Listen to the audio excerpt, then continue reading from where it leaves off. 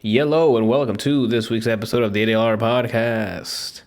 This week we got some Dota 2. We have Olivia Rodrigo's new album. We got a backlog item that I finally finished, which is King and Ashura.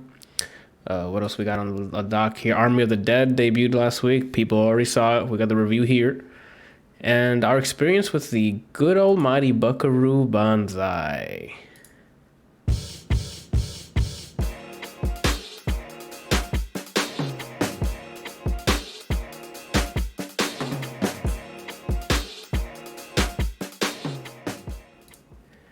Stable. I am stable. I pride myself on stability, you know? Stably unstable. I'm like, I don't have like a huge thing to knock me over. Like, there's not much weight down there, so my center of mass is like nice and stable. So, either way, that's quite the fucking cold open.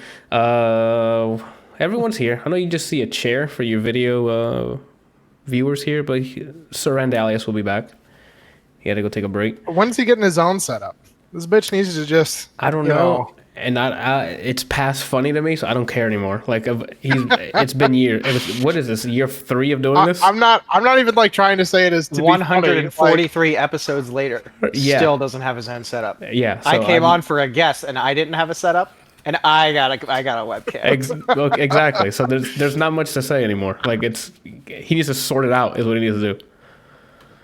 Oh my god. A-star. Or wait, not A-star. Bubble sort. He needs to bubble sort that shit. Yeah, I was gonna say. I thought A-star was something else. That's AI pathing, isn't it? Yeah. Yep. I'm like, did I forget something? I'm like, that was for something else. Oh shit. Anyway, I'm joined by the usual suspects. We got. I'm calling you guys by your things this time. We got Skippy here. Say something. Say something. We got Weird here. Oh. That one came in little. Come on, I need some sex with your enthusiasm. Yeah, like say with my chest. Here we go. Learn today.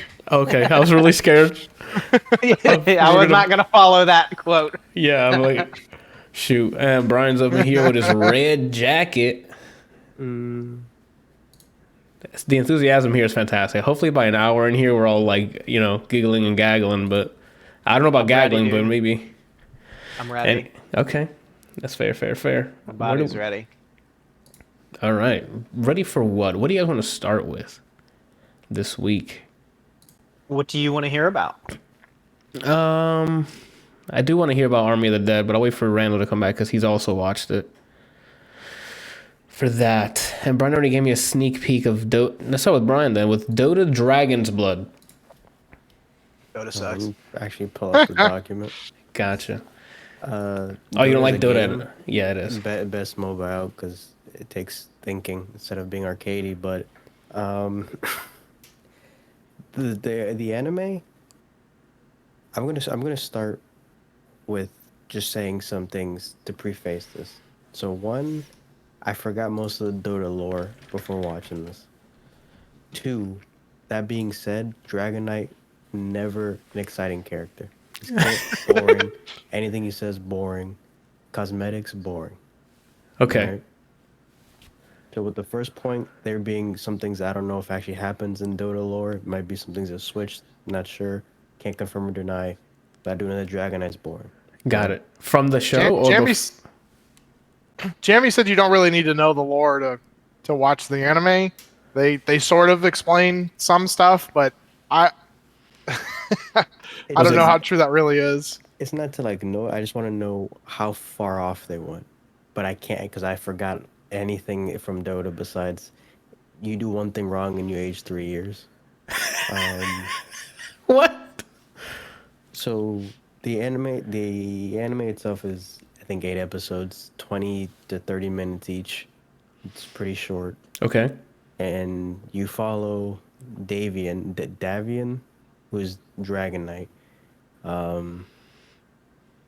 He kills dragons. One time he goes down where he's not supposed to be, sees some shit. There's a dragon in him now. And then the rest of the show happens. Let me see. Visually, it's pretty. It's not like Demon Slayer or something that will change your fucking religion, but yeah, I've seen uglier. Okay. Right.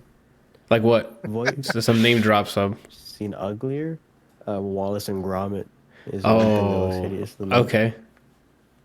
I thought it's charming, but I guess we can move past Voice that. acting, I like everybody. The person who voices Dragon, unfortunately, like for the actor, it's the person that voices him in Marvel's Spider-Man, the game, Yuri Barenthal, It's Lawrenthal, I think. which I like him as a voice actor. I don't like Dragon Knight. So is this like all dubbed, or did you just choose to do dub because you knew the I don't people? know if I don't know if they Oh. have subbed, but I watched dub. Okay. Minus, with the exception of him, everyone else has a European accent. Some are Irish, some are British, which again is a plus on my side. I was gonna say, does that make sense? Like from where Dragon Knight was like born or whatever? Does that? He's born. I don't remember. I don't care Got about it. this Got character it. whatsoever. Right? Got it. All right, we're moving on. So, let's see, where was I? He got his powers and then moves on. Yeah.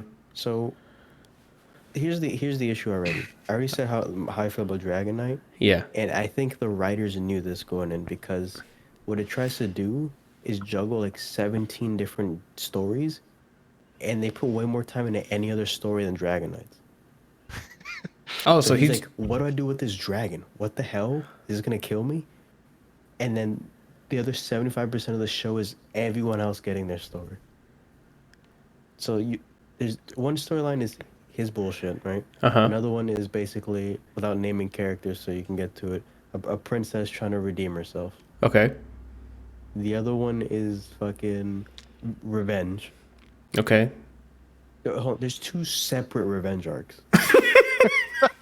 Right? So it's Dragon Knight, which, who cares, right? Okay. There's redemption, revenge again. And then I just want to kill things. That's the other arc. That's the Krieg arc. There's 5 arcs. Okay. So Each one of them's way more entertaining than this main character. Okay. So Bosmer says, I know he's saying Dragon Knight, but I keep hearing Dragon Knight. This would be a better show if Dragon Knight the Pokemon was the main character. As soon as Kelsey said that, I'm like, oh, I want to see a Dragon Knight show. Yeah. What was I saying? So that already, why name it and try to center it around a character you put the least amount of time into for this story, Gotcha. right? Another thing.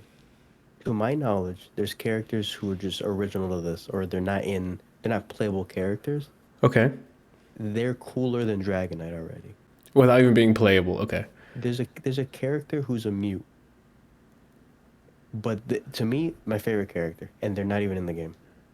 Oh, oof.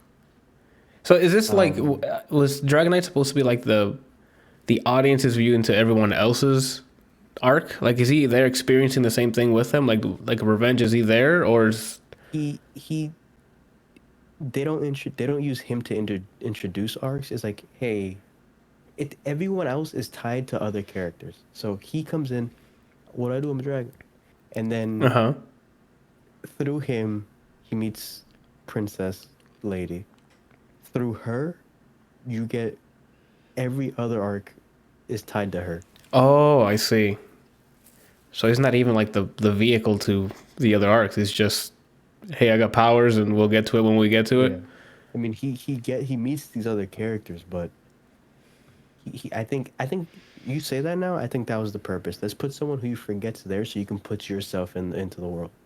Okay, that's what it sounded like. Because if they're not giving him enough airtime for his own shenanigans, I think he's supposed to be us, experiencing all the new lore, the new characters, and figuring shit out. If that's what they thought, I'll give them a little more credit. Okay. Right?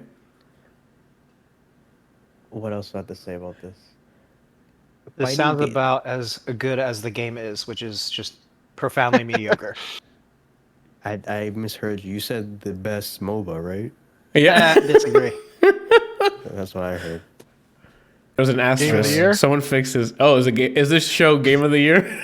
Definitely. Dota's not Game of the Year. Yeah, right? Dota's not Game of the Year. Definitely not. Dragon Knight could never be Game of the Year. You mean Dragon Space Knight, not... Davian Davian, Yeah. not game of the year. Got it. Don't talk about Dragon Knight that way. This show, I guess, so I don't go into spoilers or anything like that. Combat.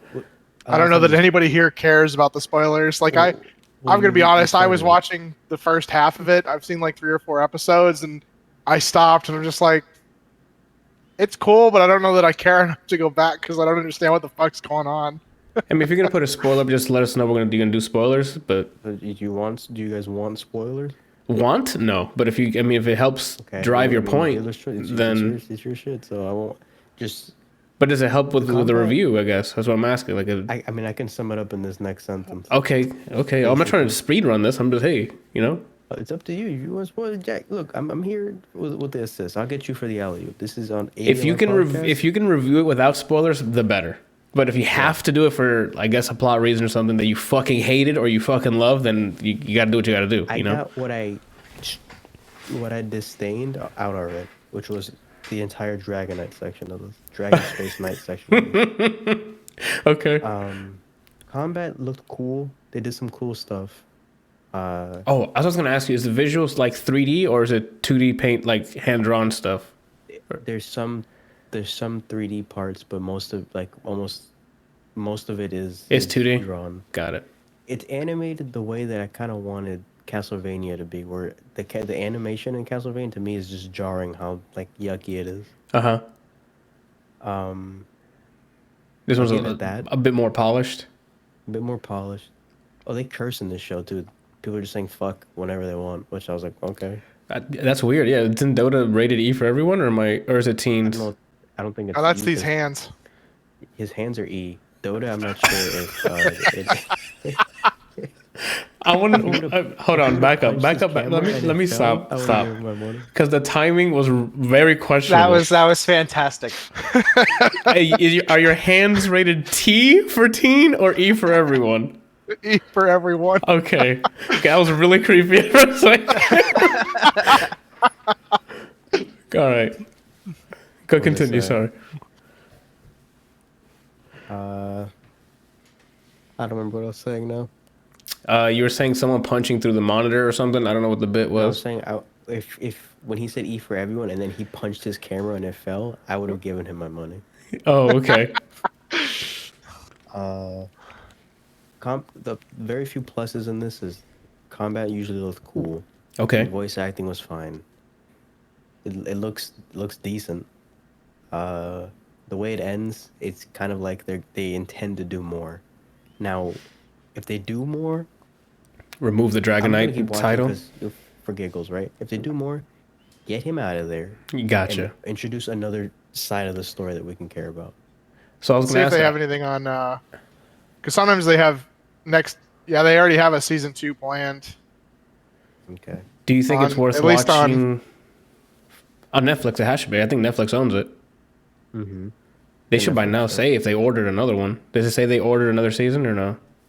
On IMDb, it shows season 2, episode 1, but it doesn't have any information. So I'm assuming that they at least have 2 seasons, registered. Up. Yeah. What was I going to say? Oh, Brian, is it worth watching for the side stories? You're saying there's like the side arcs are different, like revenge stories, the they're cool redeeming arcs. If you want something to watch, it's literally 8 episodes, half an hour, most of the time less. So if you just want something to look at, then maybe there's better stuff, but go for it. But it's not like horrendous where you're like, don't watch this. Yeah, it's not horrendous. Yeah, it's just boring. Okay, that's fair. If you like Dota, that you probably would be like, yo, I gotta watch this. You can just play another game. It's as long as the season. Oh yeah, that's true. Isn't it like an hour per? Yeah, you can get long ass fucking match. Just do 2 matches. You saw the show. Just pick the characters that you're like, oh, are they in here? And pick them and make your own story. And it'll probably be the same, probably better because it's more immersive. But, yeah, because you're making the decisions. I see what you did there. I like that. But yeah, all in all, it was kind of disappointing. Oh, that's unfortunate. Well, better luck next season, I guess, because I'm sure, like Kelsey said, they're gonna try again.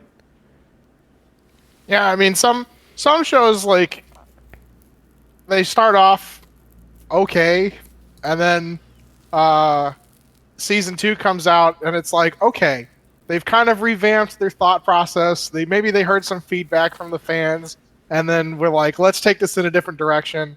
You know, kind of hoping this is what this does after hearing Brian's review. Pretty sure I can tell you when it introduces everything better than Dragon Knight. I think it's after season or episode 3. That's when they like, but they put too many things in there, so it's like they're trying to tell 17 stories in 20 minutes. So it's like Spider-Man 3. It's like Spider-Man 3, no dancing though. That was the best part of the movie. Then don't watch this. I don't think you're gonna enjoy the rest of it, Kelsey. You might as well just stop where you're at. If it's already losing your interest. I mean, like it wasn't so bad that I'm like, holy fuck, this show is boring, dumb. I don't know why I'm watching this. But it wasn't like, oh shit, what happens? I want to know what happens next. You know, there's no hook after each episode. Bless you, sir. Oh, okay. Well, thank you. No problem. That's what I used to tie myself up, Randall. You don't know what that's been around. Okay, Krill said he liked it, but he liked it because he played Dota for like 4 years. Yeah, it's that if that's what will keep you watching, oh, I know who this person is. That's what I thought. Oh, I know who this person is. I like this character. And then I'm like... You're like, whatever. Yeah. I kind of wish they'd... Not wish, but... With games that are just purely competitive, they have this lore, so like League and things like that. I would like them to do shows like this, but don't rush it like this. Too much stuff happening at once. Use fucking Game of Thrones and then the Avatar show. The show, not the movie, the show, not the blue people, the show. Water. And use those as reference because Game of Thrones does a good job of showing different parts of the world and world building, and so does Avatar, but with Avatar you always follow the same group. So somewhere along those lines, combine the two for League or something, and then it'd probably be more entertaining. But this was just like... It sounds like they rushed just for nostalgia's sake. So the people who really like Dota will have a good time, but anyone who... They're not going after new customers, basically. Basically. They're going after people who know these people's names. I don't want that. Teach me. Nope, me neither. Teach me like Guardians of the Galaxy. You know how Guardians of the Galaxy was fantastic on its own because it did a good job of introducing us to us who have no idea who the Guardians were. Do that. Oh, well, that's that.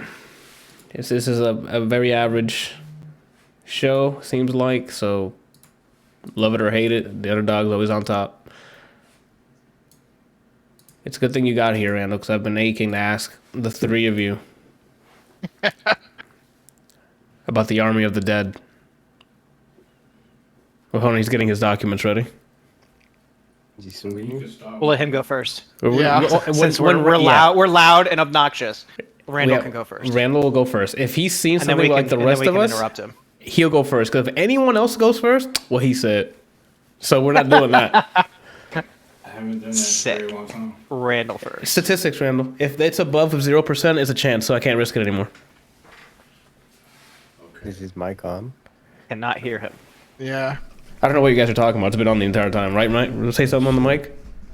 Hello. See, it's been on the entire time. There he is. I don't know what you guys are talking about. Fix your I was Discord. really hoping that even when he said something, the rest would be like, weak. You still can't hear him. Just like see him scrambling around. Let Anthony just scramble around and be like, what? No, I can see it coming through. What the fuck are you talking about? Yeah, if it came through my OBS, I'd be like, yeah, y'all guys are shit out of luck because I can see it. I see the wins. Anywho, so I mean, I guess the primer is it's another Zack. I was gonna say Zack Snyder movie. I think he did sometime during when he came back for Netflix. I think it was a Netflix original, right? No clue. I just turned it on because it was there. Gotcha. Well, I imagine it was. And what was I gonna say? It has the boy the Batista in it. The Batista, not regular Batista. The Batista.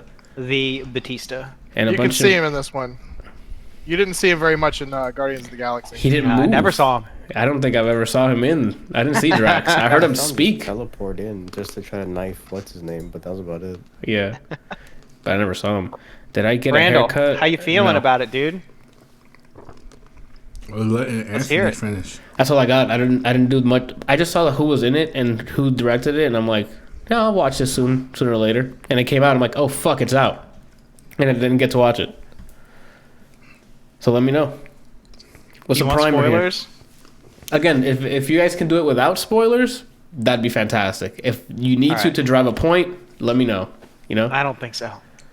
I'm just waiting for Randall to give us his update. Yeah, he's got. What happened before I came on? What do you mean? You just prayed. He said something about being obnoxious.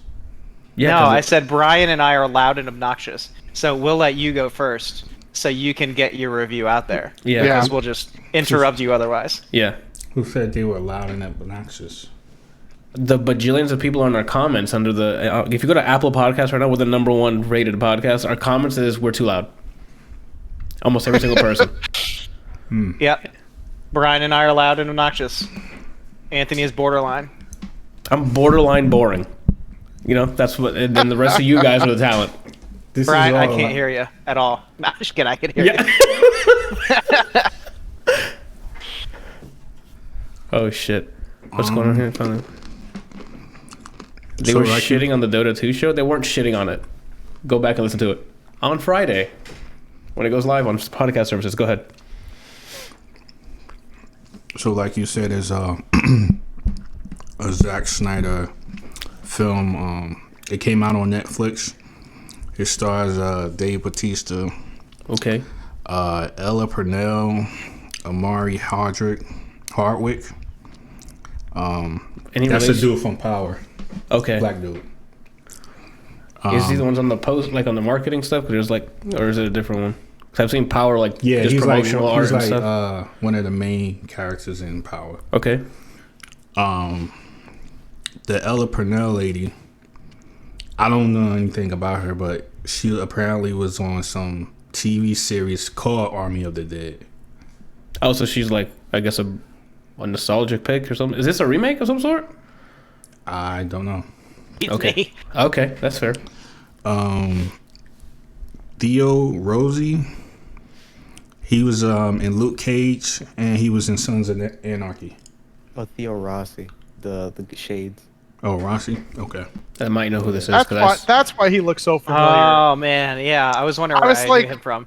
I was like, I know this dude from somewhere, but I cannot think of where it is. See, I told you we'd interrupt you, Randall. Okay. He's fine with it. What was I gonna say? Yeah, I know him from Sons of Anarchy. And he's usually bald. Mm-hmm. Yeah, I know who you're talking about now. And then Brian reminded me with Shades. So yeah, I've seen him in both things. And Hiroyuki Sanada, which is They trying to sell me a Hyundai. the dude from Last Samurai. And He's also the guy from Wolverine. and I believe he's the aging Mortal guy that's Kombat. trying to like. Mortal Kombat, the latest one. Scorpion, yeah. Oh, that guy. Yeah, I like him. He was in what's it called too? Second Ribbit. season of Westworld. Mm-hmm. And Endgame? And yes, when he fought yeah, it was Endgame. No. Yeah, it was Endgame. It was Endgame. It was Endgame, yeah. Because that's after It's he when Natasha went to go. get Hawkeye. So, Okay, some people I know on this. That's good. yeah. They have a pretty decent cast. Yeah, from what he just named off, I think I know like 90% of those. So So, it's basically another zombie movie. As if we don't have a million of them already. It takes place in Vegas. And basically the movie is about a group of mercenaries. They get a job from Sonata, samurai guy, yeah. to go get something. And they all agree to go get it. Even though it means like certain death. Like it's like a suicide mission. Pretty Like, much. Got it. But I mean, they feel like they can do it because in the beginning of the movie, they show a montage of them just straight bodying like zombies. Like Zombieland levels. Yeah, it's a heist movie, so they're hired to steal something. Got it. Steal money, obviously. But it's surrounded by the dead. Yeah. So I'm just gonna go through real quick what I got. Okay, that's fine. So my favorite character is this girl named Chambers. That sounds like She's played by somebody named Samantha Wing. Okay. Don't know anything about her or who she is. No one. All right. I got what you said, Brian. I didn't hear what he said. He said, "Is it Rebecca? Rebecca Chambers? I'm a member of Stars." Move on, Randall. Let's just keep it going. Then if you're just staring at I me, like Resident Evil. I don't think he cares for Rebecca Chambers. That's why I he don't looked at know me. who the voiceover actors are. He got me. Whatever. I'll send you your "You Got Me" trophy in the mail, even though we live here. Okay. She was my favorite character because she was a realistic, intelligent character, and she lives inside the small nuance of real life situations. Okay. So basically, in my opinion, she was like the smartest character in the movie. Okay. And the reason I say that is because a lot of the stuff that was going on, she was on it. She was on it like I think how real people would be on it. Like if somebody was acting suspect, she was like, "Hold up, Yeah. I don't trust you, Yeah. so I'm gonna keep an eye on you." And she like told that person. Oh, let him know. And then there was like a part in the movie where like she was doing her thing, man. Like even though she had got screwed over, she was doing her thing. Just killing zombies. Yeah, Oh. like she was handling herself very well. How's the choreography in the car? Is it just shooting guns, or they do like a bunch of cool It's CQC a combination stuff? of melee and Okay. shooting guns. Okay. It's nothing special. Nobody's like pulling off no martial arts or like special CQC stuff. It's nothing like that. Now, but I get to that later on. Okay, that's fair. Hold up. So what the character that I disliked, or the worst character in my opinion, was this dude named Mikey. And the reason I said it was because his bark was bigger than his bite. Uh-huh. And he's the type of guy he's the type of dude that if there was like a stampede of zombies chasing after you, He'd knock you over.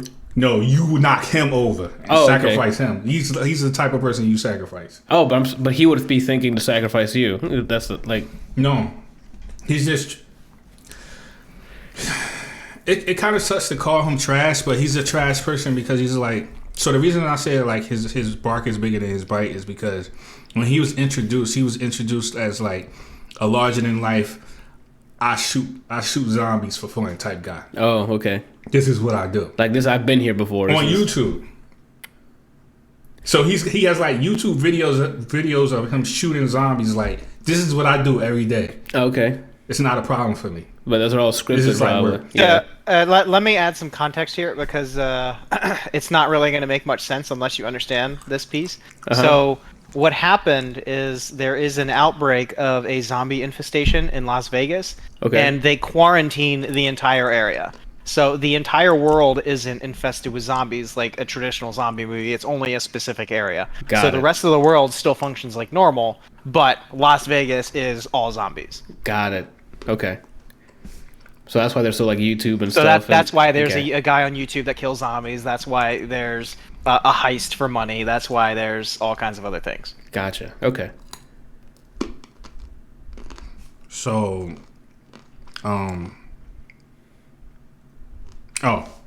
so the reason why I dislike him is because he's one of those dudes that talk a lot of junk, but then when it's like When she hit the fan, when it hits the fan, like where was you at? he was recording something for YouTube, like the intro. He let somebody get bodied. Like in his. Let me ask you a question, Anthony. Me personally? Yes. All right, you guys Or can- anybody in this No, chat. this is the Anthony, dig into the mind of Anthony segment. Go for it. Let's say we're in a situation where we're like, Who's we? it could be all of us in this chat. Everyone in this chat. So or it's in five this people. podcast. All right, doesn't matter. 5 people. Well, the 5 of us. I don't know why you're asking me this question. These guys are stronger than me, but go ahead. It has nothing to do with strength, but it does have to do something with will. Okay. Okay? So, let's say like we're all going from point A to point B, Okay. and one of us gets lost, but none of us know where that person is, and then all of a sudden they Wait, show. how did that one person get? No one saw the person get lost. Like, Let's say like we went through a very like sensitive situation. Like maybe like there's like zombies that we need to sneak by, something like that. So you can't technically you can't account for everybody, because not only are you trying to like get to a safe zone or a safe spot without detecting the other zombies, but you trying to make sure that you don't like knock anything over or make any noise or anything like that that's going to draw attention to you and your team. So it's just like you can't keep turning, and you're in the dark. Mm-hmm. So you can't keep turning around and be like, is Brian back there? So it's just we're split up and we'll rendezvous at this point, kind of thing. No, we're not split up. We're walking in a line. We're one behind each other, but we are going to a rendezvous point. Got it. Okay. But we're not split up. We're all together. We just one happens to be like, I turn back and Kelsey's not to let's be found. Say you're in the, let's say you're in the front. You're in the front and Brian's way in the back. And there's what, 5 of us? Yeah. You're not going to turn around every 5 minutes to see if Brian is behind us. No, but by the time you get to where we're safe, because you got to remember, there's hundreds of zombies around us. It'll make sense in a minute, Anthony. Yeah. Okay. I know where he's going. I think it Go makes for sense that I'm the one that gets lost too, by the way. Brian's navigation skills. We can use Kelsey. No, but Brian doesn't use GPS or doesn't know where the fuck he's going, so that makes sense that he just happens to fucking walk off the trail. Okay. Go for it. But keep going. This is all. So we're in the dark. Yeah. We're surrounded by zombies. We cannot make noise. You might as well call this Quiet Place 3. Oh shit. Okay. Unless you want to draw attention to yourself. Okay. So we're walking. You're not paying attention to your brother. He's a person all the way behind. Got it. So by the time we get to the safe zone, you're like, where the heck is Brian? I turn around, I ask Kelsey. Kelsey's like, he was behind us. Kelsey asked Nick, or I asked Nick, and he's like, I don't know. And Brian done took some detour down the wrong hallway or something like that. Next thing you know, we hear this dude shooting off. Oh, you hear the gunshots in the back? That sounds like a Brian thing. He's handling, but he's handling himself. Okay. By all means, he should have been dead, but he's handling himself. Well, yeah, he has a gun and a wrench. So despite the plethora, the amount of zombies that are on him, he has not been bit once. Okay. And he is bodying jokers. And I stand there. And you ask me the question. And I watch. No. All you guys are like over there somewhere. But I see Brian handling himself. And I just sit there and I watch. I have a gun. You just sit. What the fuck? And I sit there and I watch. This is literally what happened. Yes. And I'm like, come on, Brian. Come on, man. You yell, come on, Brian. Come on, Brian. Didn't we hear that? And no, because remember I said that he started firing. So what does that mean? Now every zombie is aware of our presence. Oh, so we're fighting now off. You are ahead. Fighting zombies. Fending for yourself. Oh, god damn it. But I am with Brian. And I Are you? Are you? He is 5 feet away from me. Maybe 10. And I'm just watching him. Just do his work. Not even recording for YouTube? Not even recording. Not even recording for YouTube. I'm like, yo, my man is putting in work. But Brian, come on. Nah, come on. We'd have to speak to you, Randall, after this. This team management. This dude doesn't fire one shot. It's low ammo. He sat there and watched Chambers do her work, and he didn't help. I'm like, yo, get it? Shoot somebody in the head. Somebody. Get every opportunity. Nah, my man was like, and then he had the nerve to be sad about it. Like, yo, you just watched her get bodied by all these zombies. Like, she was putting in work. She was taking all of them jokers out. And he's like, all he had to do was just like take some, like shoot something in the head or whatever, or cover her so she can walk back. She would have got away. Mm-hmm. Nah.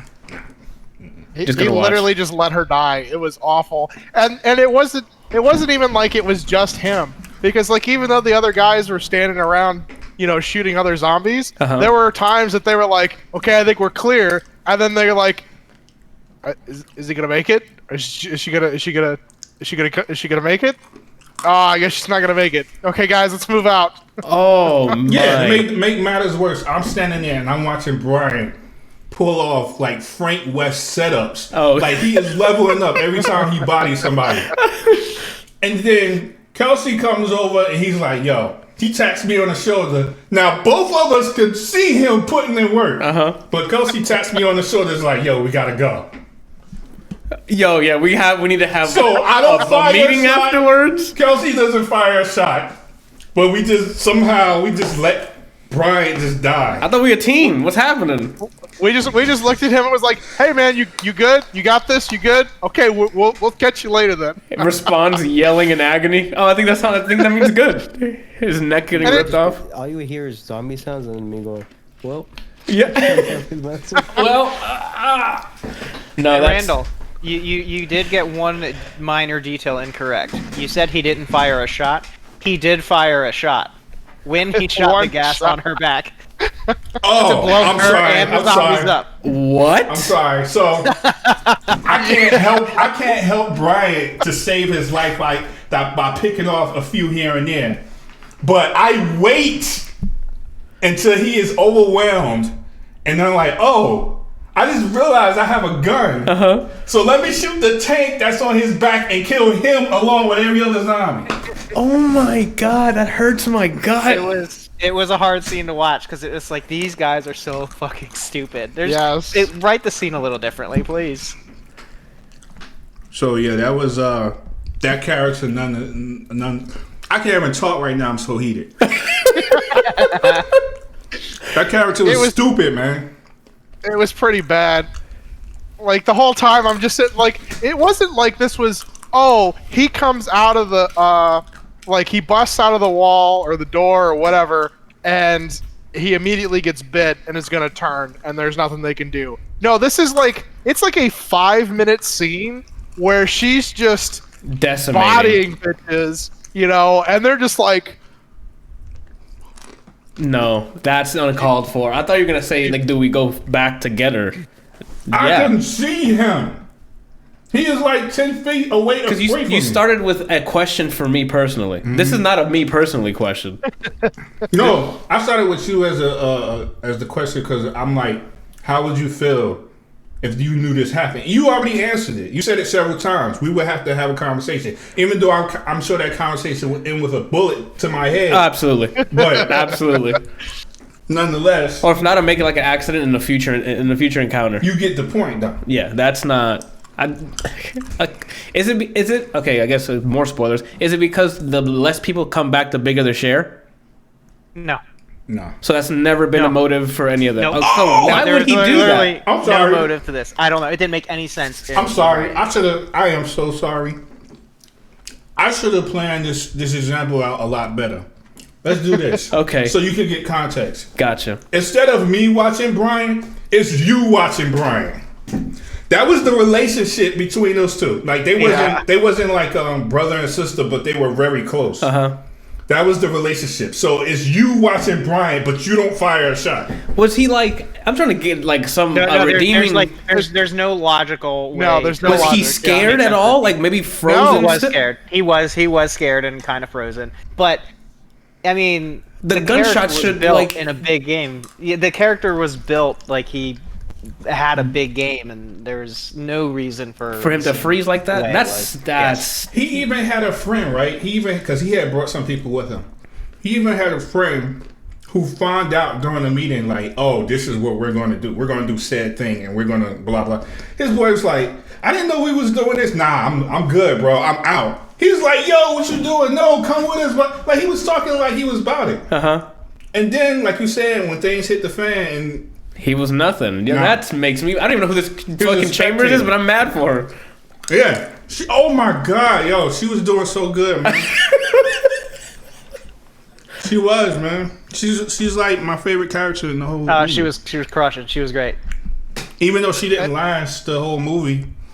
But the problem here, it was a very it was very hold on, I need to figure out the word here. Okay. So this basically set the stage for the rest of the movie. Like they tried to fit in so much shit in this movie, and it just didn't make sense. Like every 10 minutes there was another subplot. Like normally you have a movie that has a couple of subplots that make sense and fit the story. but every 10 to 15 minutes there was another subplot that just happened to be a major plot that was being addressed. Oh, okay. And like this was just one of those. Like this set the stage for the rest of the movie. Shit. Yeah, I'd have been mad, especially if I liked the character and she was doing work. You sitting there watching him? No. Yep. No, that he would have paid the price in the future.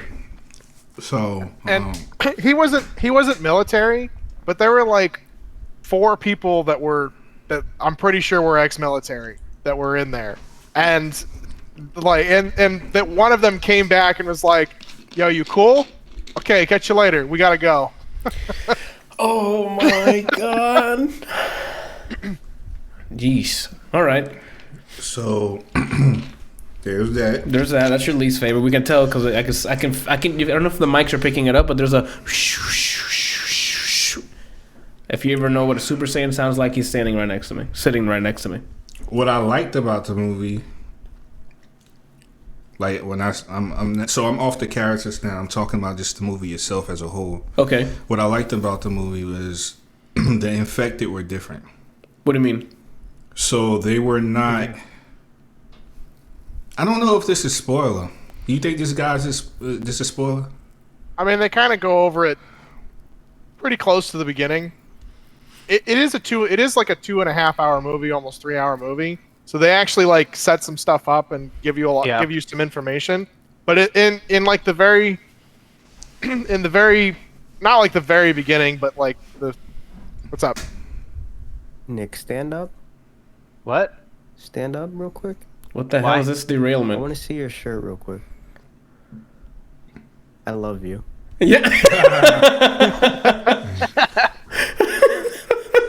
What did you see? Like the afro for a bit? I saw the afro and like a bit of like the face, and then it called the movie. Okay.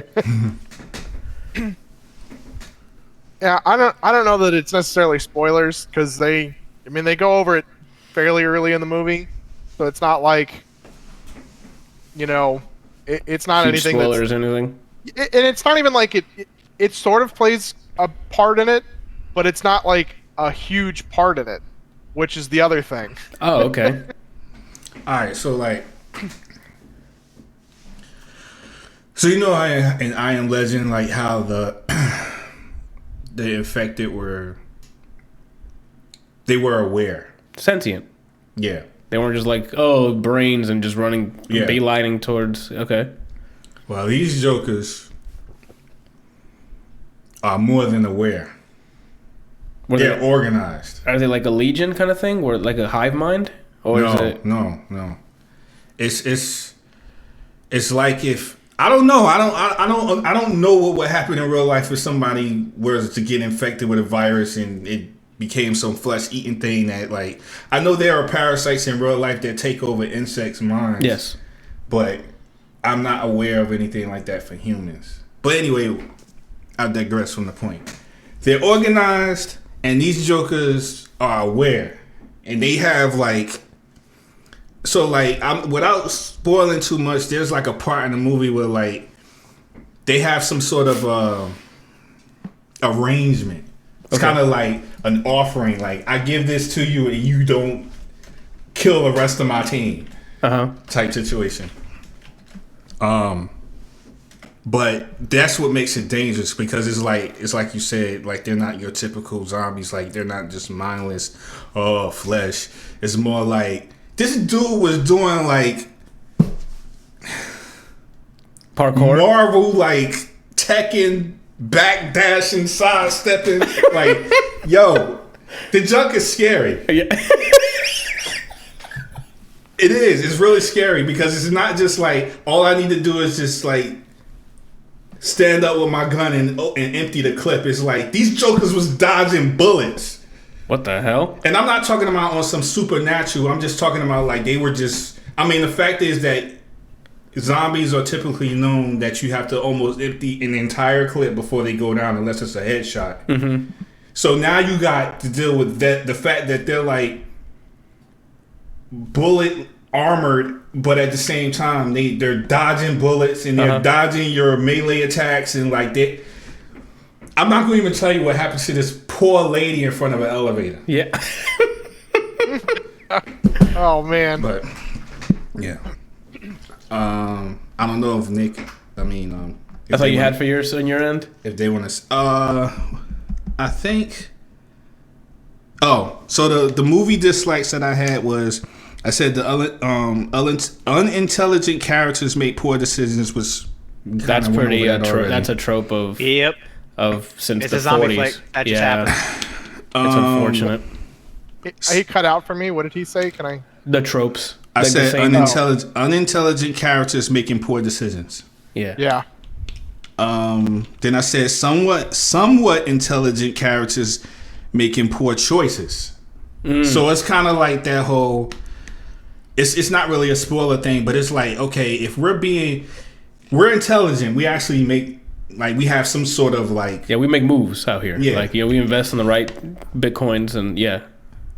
But it's like if you and I was just barely got away from a bunch of zombies, Yeah. and we met up with like Kelsey and them, we're not going to sit around and be like, oh man, I'm so happy to see you. Let me give you a hug, or let me talk to you about how, like, oh, we're safe. Like, it's going to be like, oh, there they go. Let's get out of here. But they don't. There's a part in the movie where, like, they're being chased by something, and then they get to a helicopter and they stop to talk. Get in the helicopter and go. Yeah. Yeah, right. Oh my god. Would you man. say they need to get in the chopper? Yes. Okay. Get the chopper. Get in the chopper. You got to get out of here.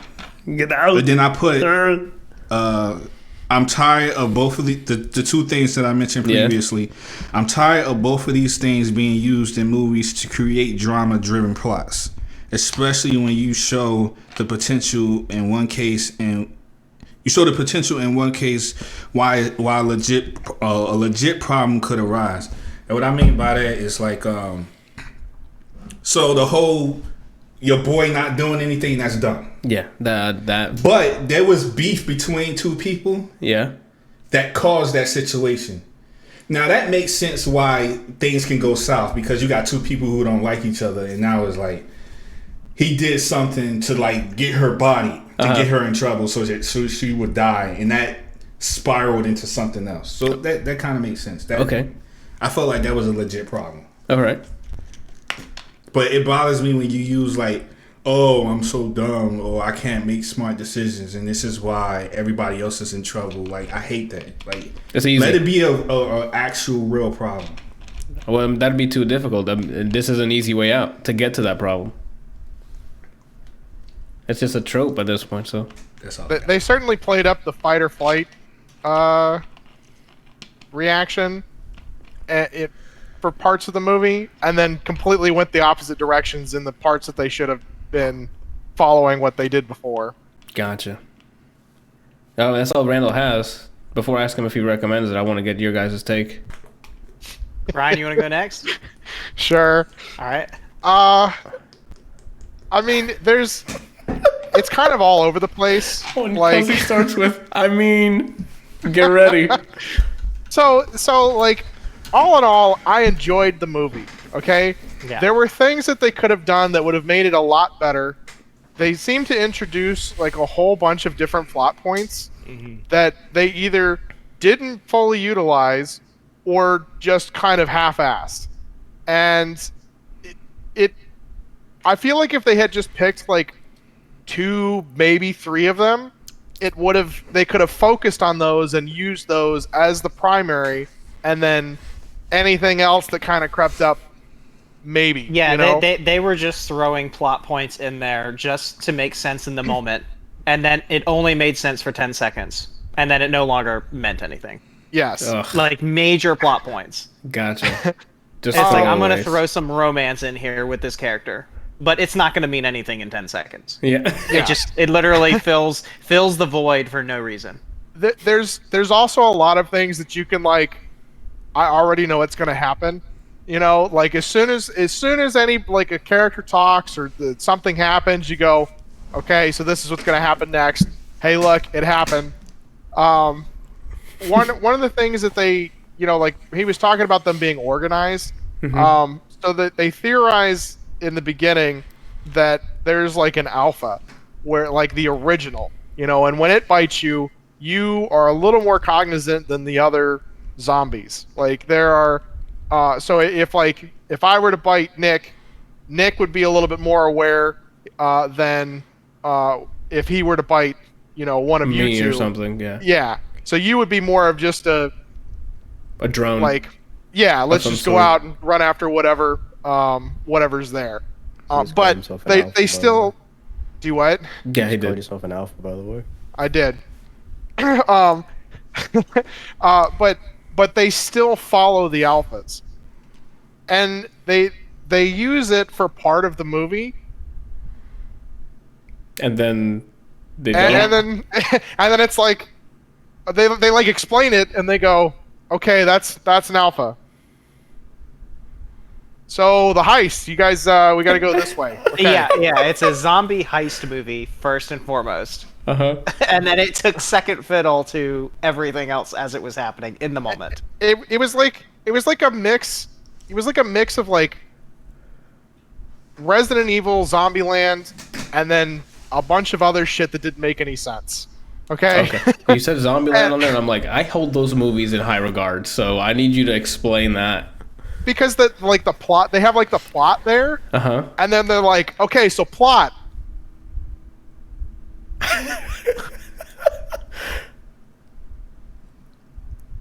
Killing zombies.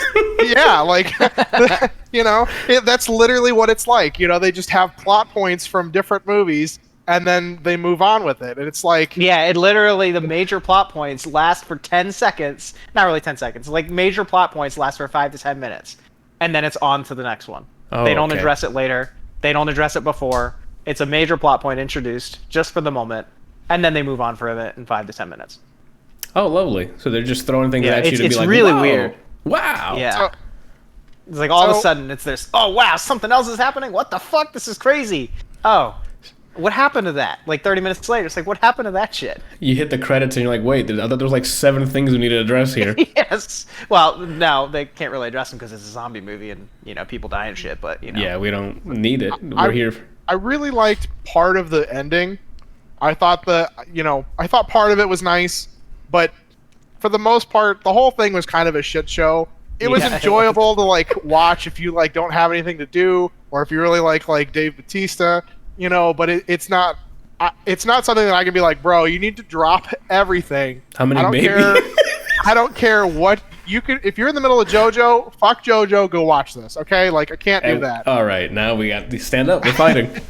And I feel like this would have been a much better TV show because they could have addressed a lot of these major plot points and like made it go sequentially.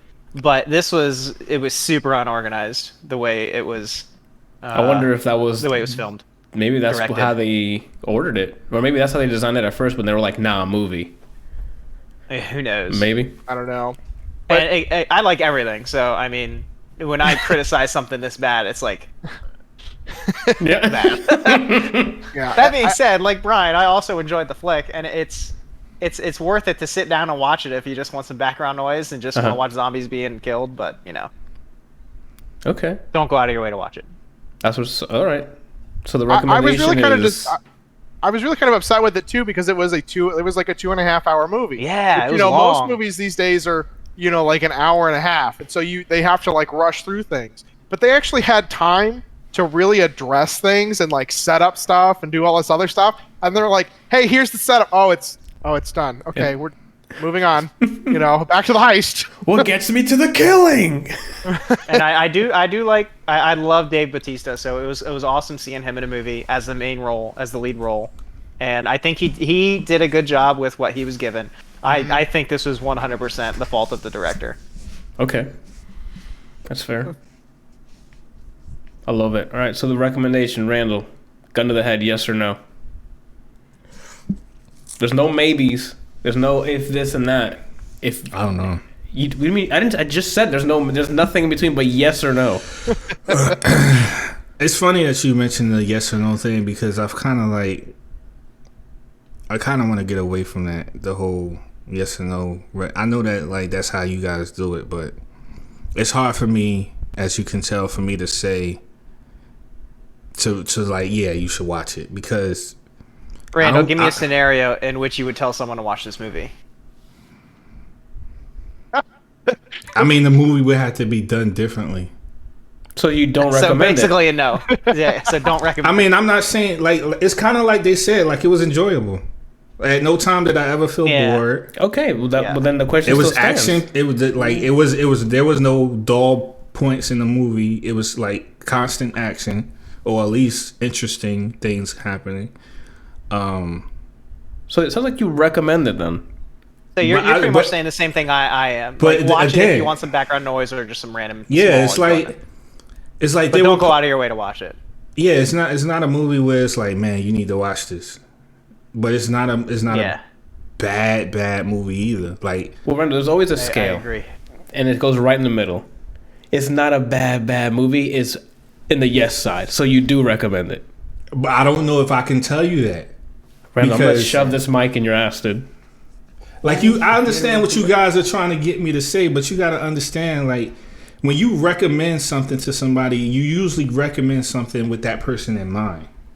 So I can't sit here and say, Anthony, you should watch this because I don't know if you would really enjoy it. Like, you might think it might be entertaining. You might. Well, Randall, I've never. But I feel like at the end of the day, you're going to be like, You don't need to review anything with someone else in mind. You review that's it what a with yours. recommendation means. Yeah, but you recommend it for why you liked it. You don't recommend it why they would like But it. that means nothing to you. It because will. I'm telling you, because what I like and what you like is different. And I'll get that from when you're telling me what you liked about it.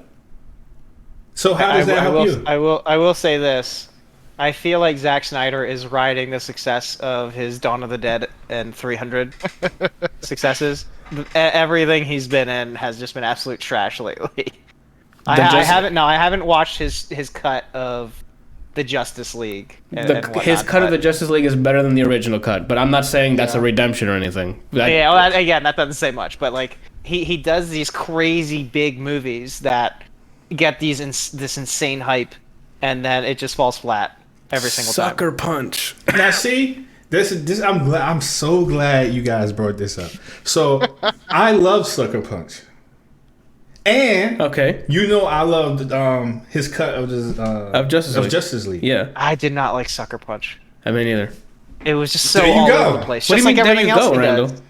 Because I would Well, again- recommend for you to watch that, but you said it was trash. It was Okay, but so you Sucker Punch was an enjoyable movie, but the same thing in that movie happens in these other movies that he's done. It's just it's all over the place. There's really no cadence to everything he's writing and directing. It just makes no sense.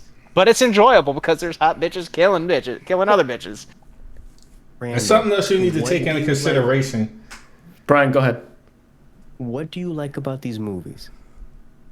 What movies? Any of them. The point of a recommendation is not for the person in mind. It's you. The person viewing your review needs to have the mind capacity to dictate, oh, he likes these type of movies, so he's going to like it. Yeah, I but- don't. So even though he likes it, that means I'm not going to like it.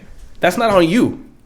Yeah, but that's what a recommendation is. Like if I eat food and it's good, Uh-huh. I recommend it to you because I think it's good and I think that you're going to like it. That's why I recommended it to you. About the food, Randall. Yeah, but you still recommend But it. you Like, still keep. Do you understand? Are you understanding what I'm saying? yeah, but what you're missing out is the why you like it.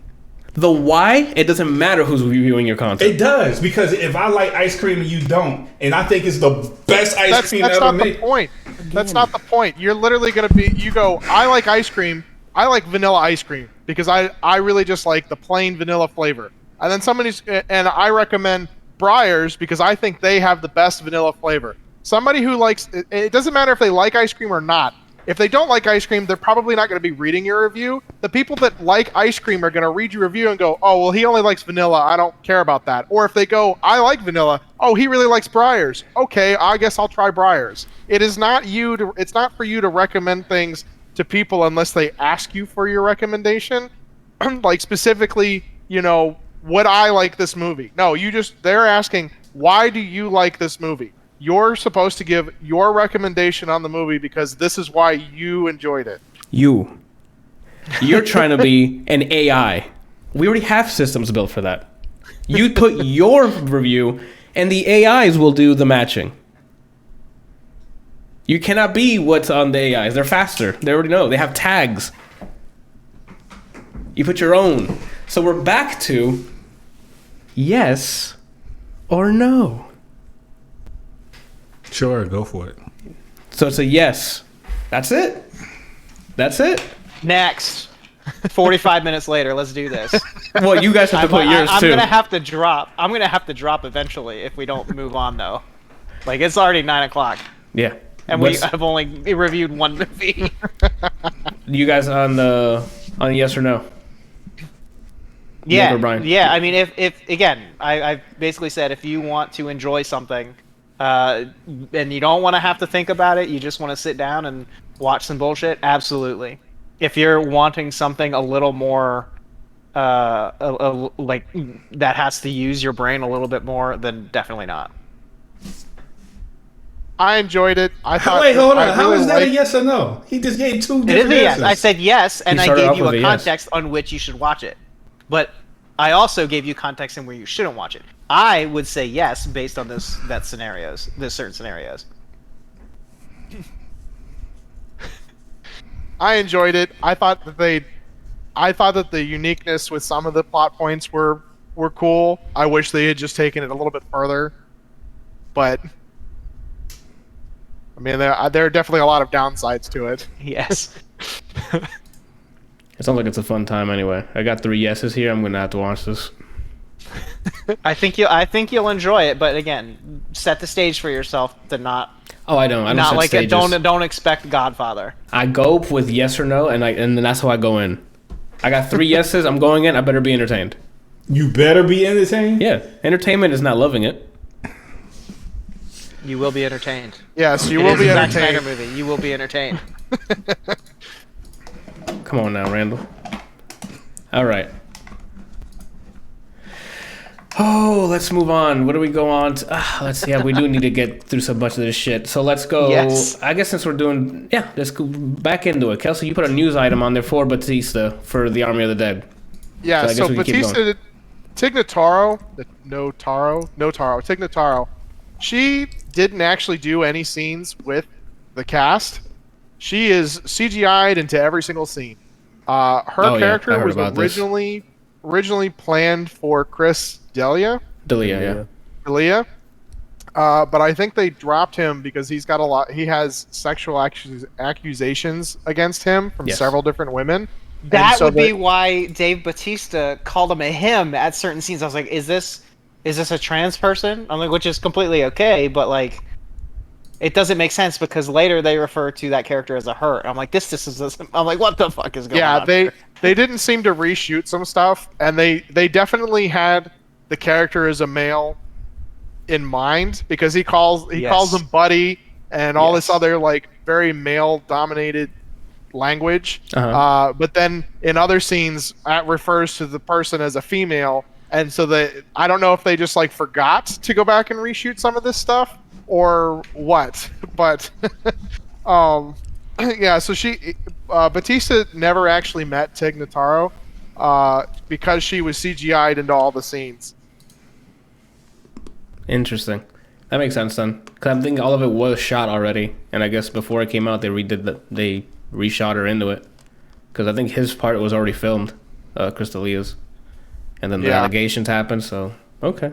I guess my next question was going to be: is it clear that she was replaced? And now that you're saying they were referencing him as him and her, I did not realize the character was replaced in the movie until I saw the news article this morning. Okay. So I was like, oh my god, that makes so much sense. Yeah, if you're just watching it, if you didn't know this and you watch the movie, you would think that she was meant to play this character. But then like you hear the dialogue and you're like, Yes, some doesn't add up right. yeah, and then later when you go back and you find this out, you're like, oh, okay. But they did a great job of like placing her in the scenes, like even in like big group shots, like you would not know that she was rendered into there. Well, let's ask the graphics expert here, Randall. Did you notice off rip first frame? Was she composed in? I don't even know what y'all talking about. You're lying. So Are y'all talking about the same movie? Yeah, I thought we moved Yeah. on. we were, but that's why he had a news article. Brian had a relating to news it. article there. So in Army of the Dead, the mechanic pilot, the helicopter pilot, she didn't do a single scene with the cast. She was CGI'd into the movie. Mm-hmm. So that's what I was asking. If like frame one you saw, you're like, that's not the real person. That's what I was. I didn't know that's what they did, but I know she looked off. Okay. She did look. She did have a couple of scenes where she looked a little off. I do remember that. But for the most part, they did an amazing job of blending her into the surroundings, especially in like group shots. Good. And what was the reason again, real quick? Chris D'Elia, who played the character prior, was hit with sexual misconduct allegations, so they swapped him. That was supposed to be a dude, not a... Yeah. Oh, wow. So they swapped him. My brother said that, where is it? Tignataro is genetically female and a lesbian, but she also identifies as trans, but doesn't know what pronouns she uses. Gotcha. So it sort of fits. Yeah, I guess so. Not in context of dialogue, though. And yeah, the dialogue it didn't make sense. I think Batista even said, No. "I never met the person," so I doubt he would have said the line, his or her, or I don't know. I guess we're on a Zack Snyder binge here. Kelsey, I don't know if you've reviewed Dawn of Justice like you said on here. What did you think? I don't remember. I remember parts of it, like watching the movie. I'm like, I don't know if it's just because I've seen scenes or because it's been out for a while. But I didn't remember. You probably just saw Martha over and over again. The Martha scene, when they're just yelling Martha. That's probably what you've seen over and over again. Yeah, like I've seen the spear stuff. I knew she dropped it into the water and that kind of thing. I didn't remember him fighting Doomsday, or the thing at the very end where he like warns Batman about the oncoming attack. But I mean, all in all, like I thought it was a decent take. Okay. I actually am enjoying the longer movies, because they have more time to do setups and give information and then move forward with it rather than oh, why is that dude so strong? Oh, he's actually a god. Okay. What? Do you want to elaborate? No, we got a fight scene coming and then up they in just move on, like 10 seconds. So yeah. But I thought it was a really decent version of Batman vs Superman. Ben Affleck would definitely had a darker version of what Batman normally is. Like he actually shoots people, he kills them, he significantly injures them quite a bit. The guy who plays Alfred is awesome. Jeremy Irons is Jeremy Irons, yeah. Yeah. I really like that he is. I like the whole dynamic of him really helping out with like building machines and testing stuff and that kind of thing. And like I think Alfred in the comic or in the animated series did some of that stuff, but it wasn't like he was this brilliant mastermind. He was also quite a bit older than Bruce was. Yeah. But all in all, I thought it was a really decent take on it. Cool. Yeah, that movie, I went to go see it in theaters, and the first like 15 minutes of getting Bruce's perspective of the Metropolis fight, I'm like, this movie is going to be orgasmic. And then like maybe 30 minutes after, I'm like, oh, it's not going to be orgasmic. And then the ending fight scene, I'm like, oh, okay. Sorry. But that's how it usually went. And then he announced he was going to do the Justice League one, and I'm like, okay, I guess he's got another shot at this. I think he did direct Dawn of Justice, right? Yeah, he did. Yeah, he directed Dawn of Justice. So then Justice. So okay. Did you see Justice League the original? I did not see the original. So this your first take on this is Snyder's. Everything I heard, like I've always been kind of wary of the DC movies. With good reason. Because they just never stack up compared to like the Marvel side of it. The only thing they've got is Batman. And they didn't do that great because it was a different director. Yeah, they like really haven't done. No, I meant like the Christian Bale Batmans. Yeah, that's what I'm saying. That's the one that hit hard because it was Nolan doing it. After that, everything that I've like seen or heard, they're just like, I mean, Aquaman was done very well. and Wonder Woman was okay. Like it wasn't the it was. I don't think it was their best work, but it definitely was better than average. I haven't seen the second Wonder Woman. Yeah, everybody that I've talked to is just like just go look up a picture of Gal Gadot and in a white dress. You're done. That's it. That's all you need to see. But they at least do a pretty decent job of like blending the movies together, where like scenes from certain movies end up in the new other movies, and have references and that kind of stuff. It's not just like a blind side, like they do in some stuff. That's a different movie. Huh? The Blind Side. The Blind Side, yeah. And they so in Batman vs Superman they kind of introduce.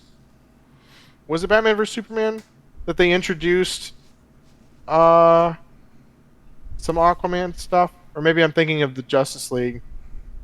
No, I think it was at the end of Batman, because he was showing Wonder Woman the files he had, and it showed Flash, Aquaman. That's the one where Aquaman like swam all weird like to the camera and then swam away, and that made me laugh in the fucking theater. I'm like, what is this fucking footage?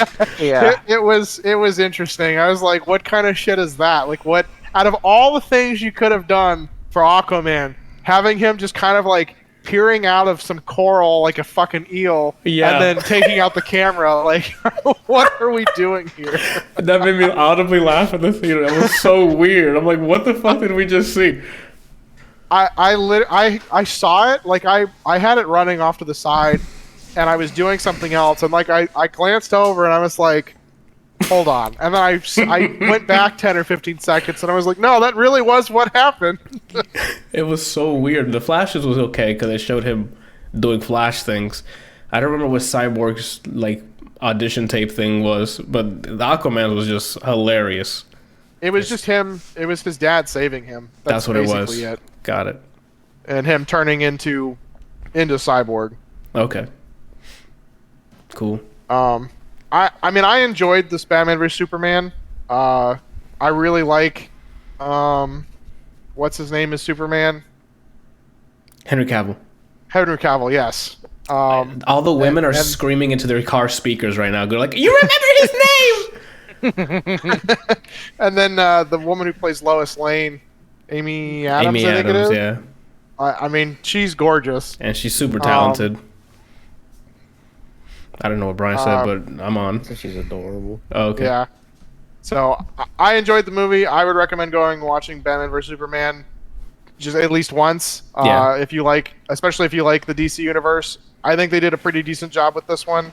I thought it was better than the Wonder Woman movie personally. Okay. But I think Aquaman kind of ranks the above, highest out of like the new set. Aquaman ranks number one so far. I feel like. Where's Shazam? Why did I say it with an accent? Where does Shazam sit? Oh, on your top. I love that movie. I forgot Shazam was part of the DC universe. Yeah, he's part of the new one, so that's what I was saying, because that one was a really fun watch. I've had enough Zack Snyder for a while though, Brian, so I don't think I'll be watching this. I think I would probably rank Shazam over Aquaman. Shazam then Aquaman, because I thoroughly enjoyed Shazam. Yeah, that was a fun movie. I thoroughly enjoyed watching Chuck act like a child. Yes. Okay? Yes. Like, he did such a great job that I forgot it was an adult playing a kid. Okay? Zach Levi, man. He knows what he's doing. Mm-hmm. Okay, cool. And then, here we go. Fresh take on Justice League without watching the original, because we've all watched the original one and then saw the final cut, so... How long was the original? Not even remotely close to this. Like, this was like 4 hours, right? It is. It's 4 hours and 2 minutes total time. Jeez. But I think it's like, I think run time of actual like screen stuff happening and not credits is like 3 hours and 40 something minutes. Yeah. So they break it up into parts and give you kind of glimpses into the like actual progression. Mm-hmm. And I really enjoyed that. Yes. Like, you know, it was done very well with the whole, here's the, you know, the prologue. Is it the prologue? Prologue's the first one. Yeah. And then kind of gives you some like background, like you said, or no, that was Batman vs Superman. but they like give you some background on like what happened in Batman vs Superman with the whole The fight at the end. yes, and then Superman dying, and then all of the other what do you call it? All of the like Wonder Woman being there, and then him wanting to find the Flash and Aquaman because of the files that he had found after talking with Lex, and him being like, the bell's been rung, they're already on their way type thing. Yeah. And then it kind of, you got to see him slowly win over some of the characters, and then the threat starts, and that's like Act 2 or Act 1, and it's like shit goes down quick, and then everything just kind of ramps up. I think they did a great job with like introducing the characters in each of the acts, giving them a little bit of time for backstory, and like trying to figure themselves out, deciding what to do, and then realizing where they need to be, and really moving forward with the action the entire time. I agree with that. The pacing was what I wanted, especially coming from the original cut. I'm like, for 4 hours, they better be giving me a lot, and they definitely did.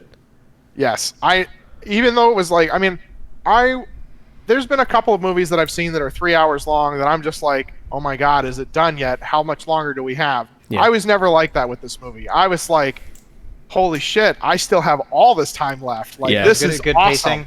Yeah, I might watch this in a couple months. Not right now. Did you see the Whedon cut?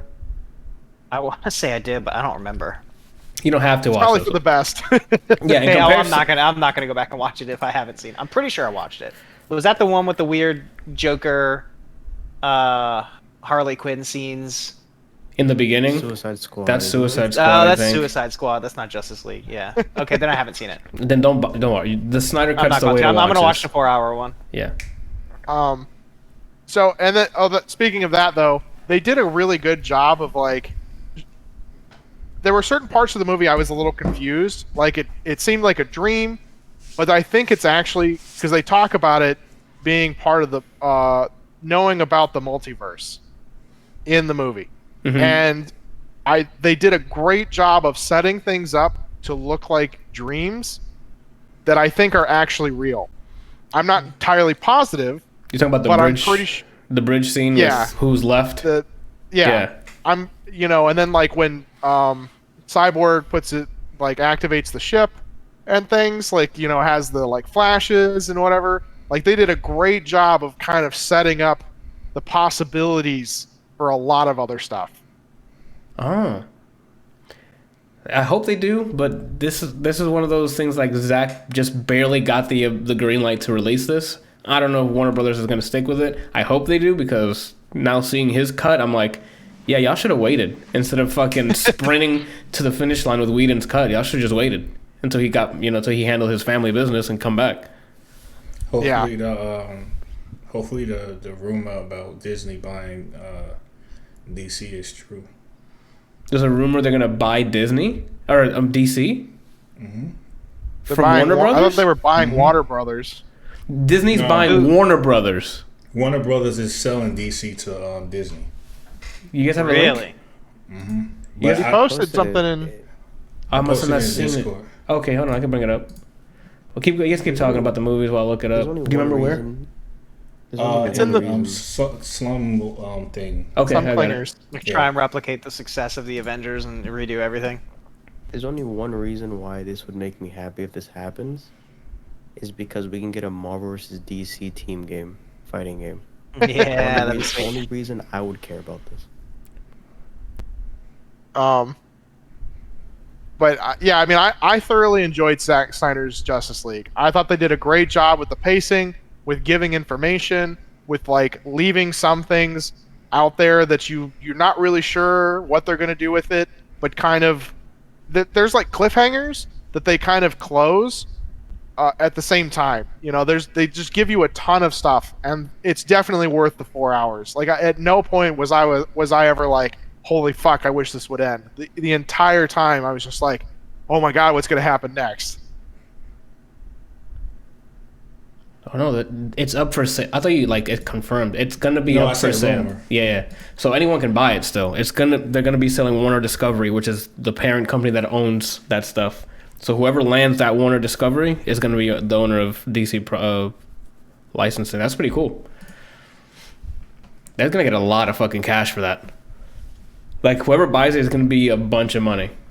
I feel like the only people who could, it would be Disney. Disney, Amazon, they even listed some off. Netflix can buy it. Amazon can buy it.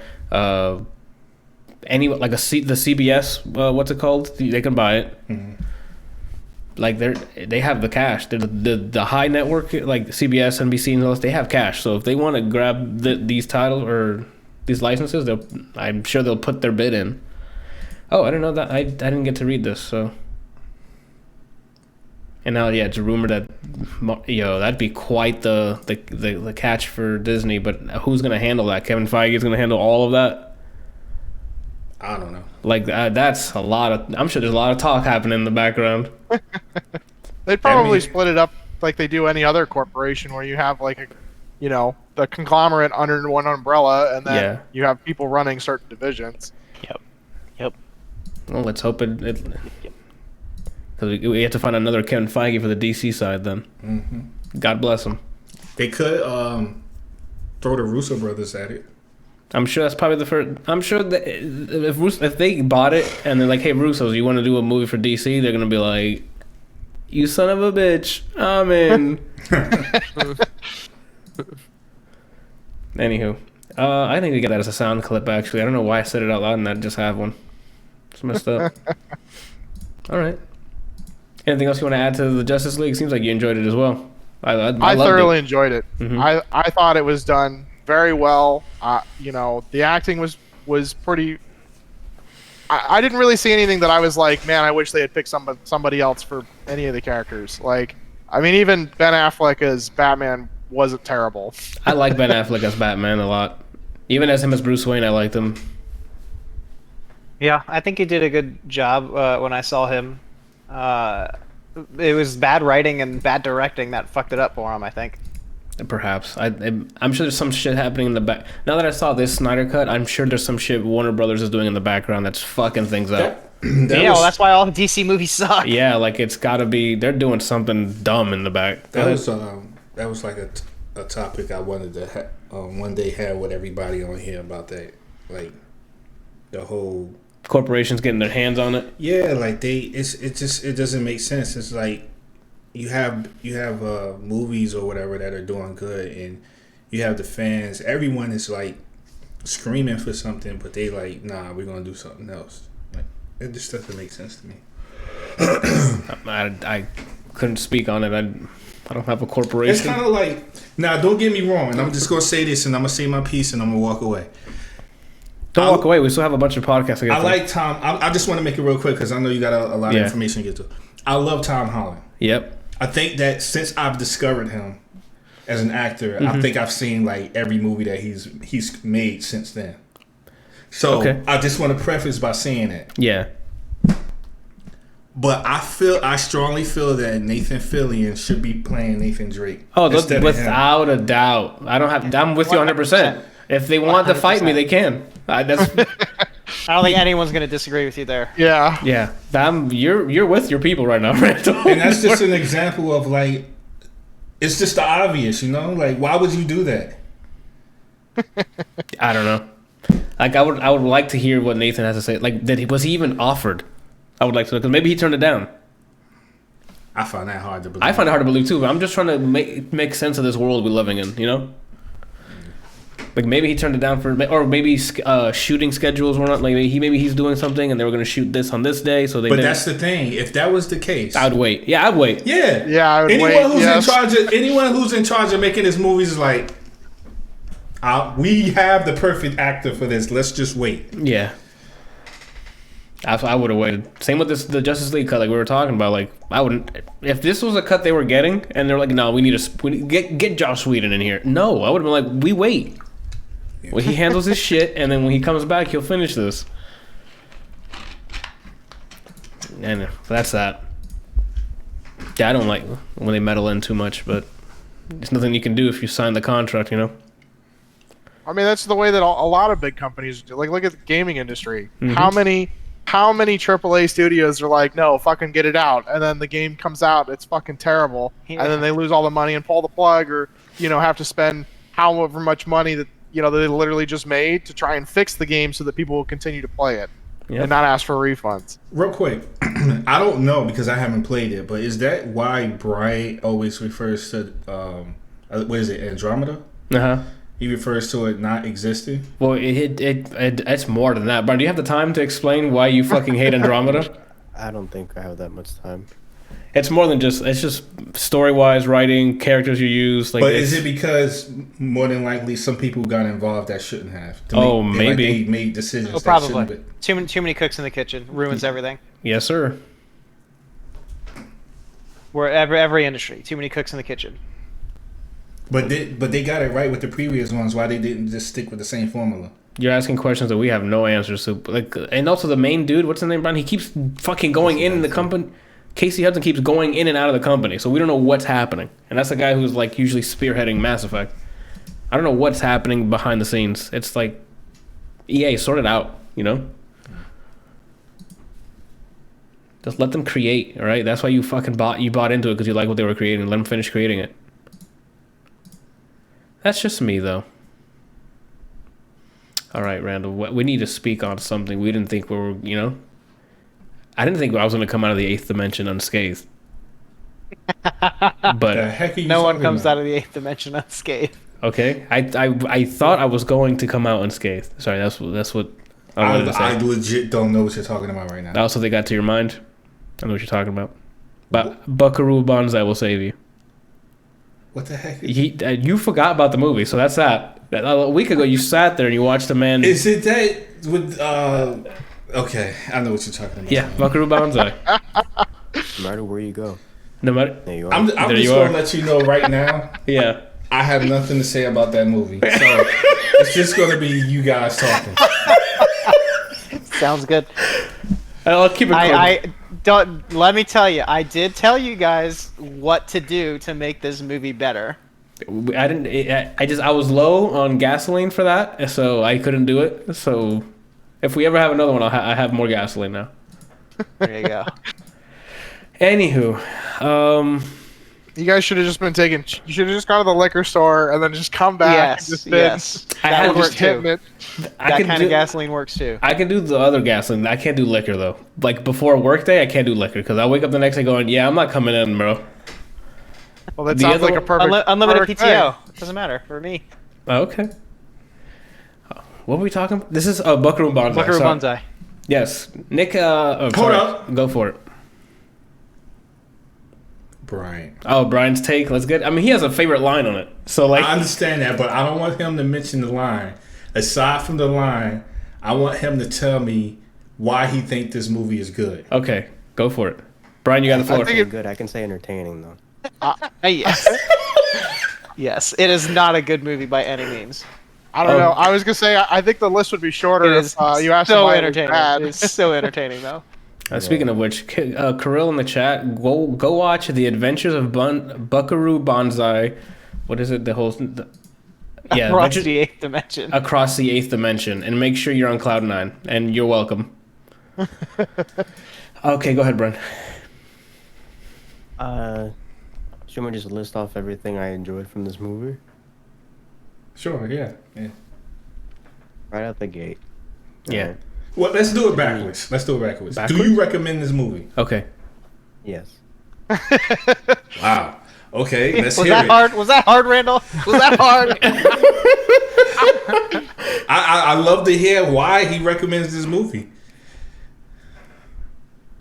I find no reason why someone would not like this movie or recommend this movie.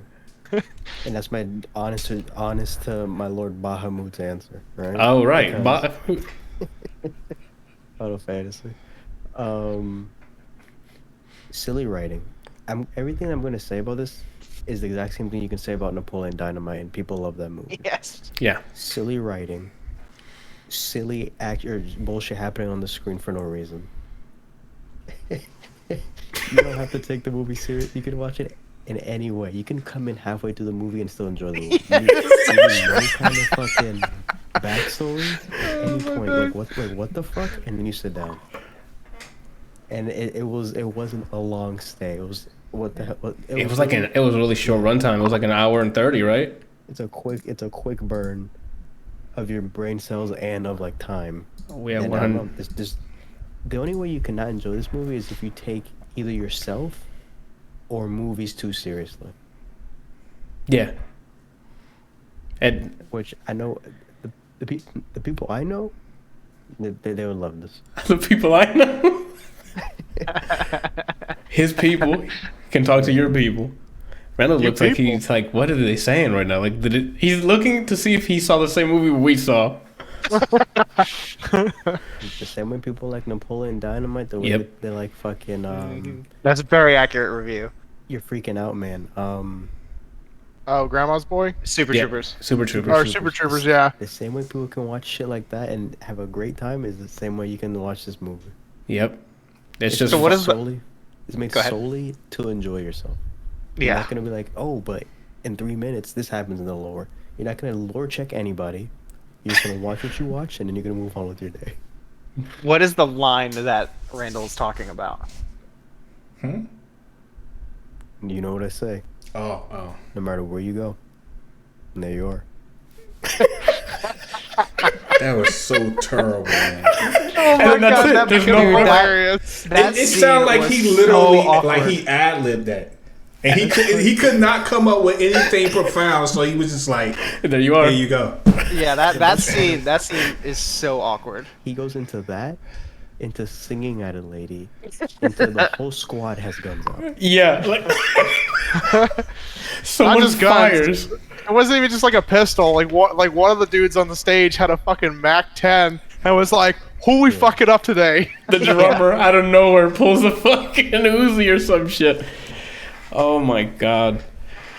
Yeah, Glowing review for me. I find it the niche people who wouldn't like it, or the people who wouldn't like it, is a niche community. I think in this world is a niche community.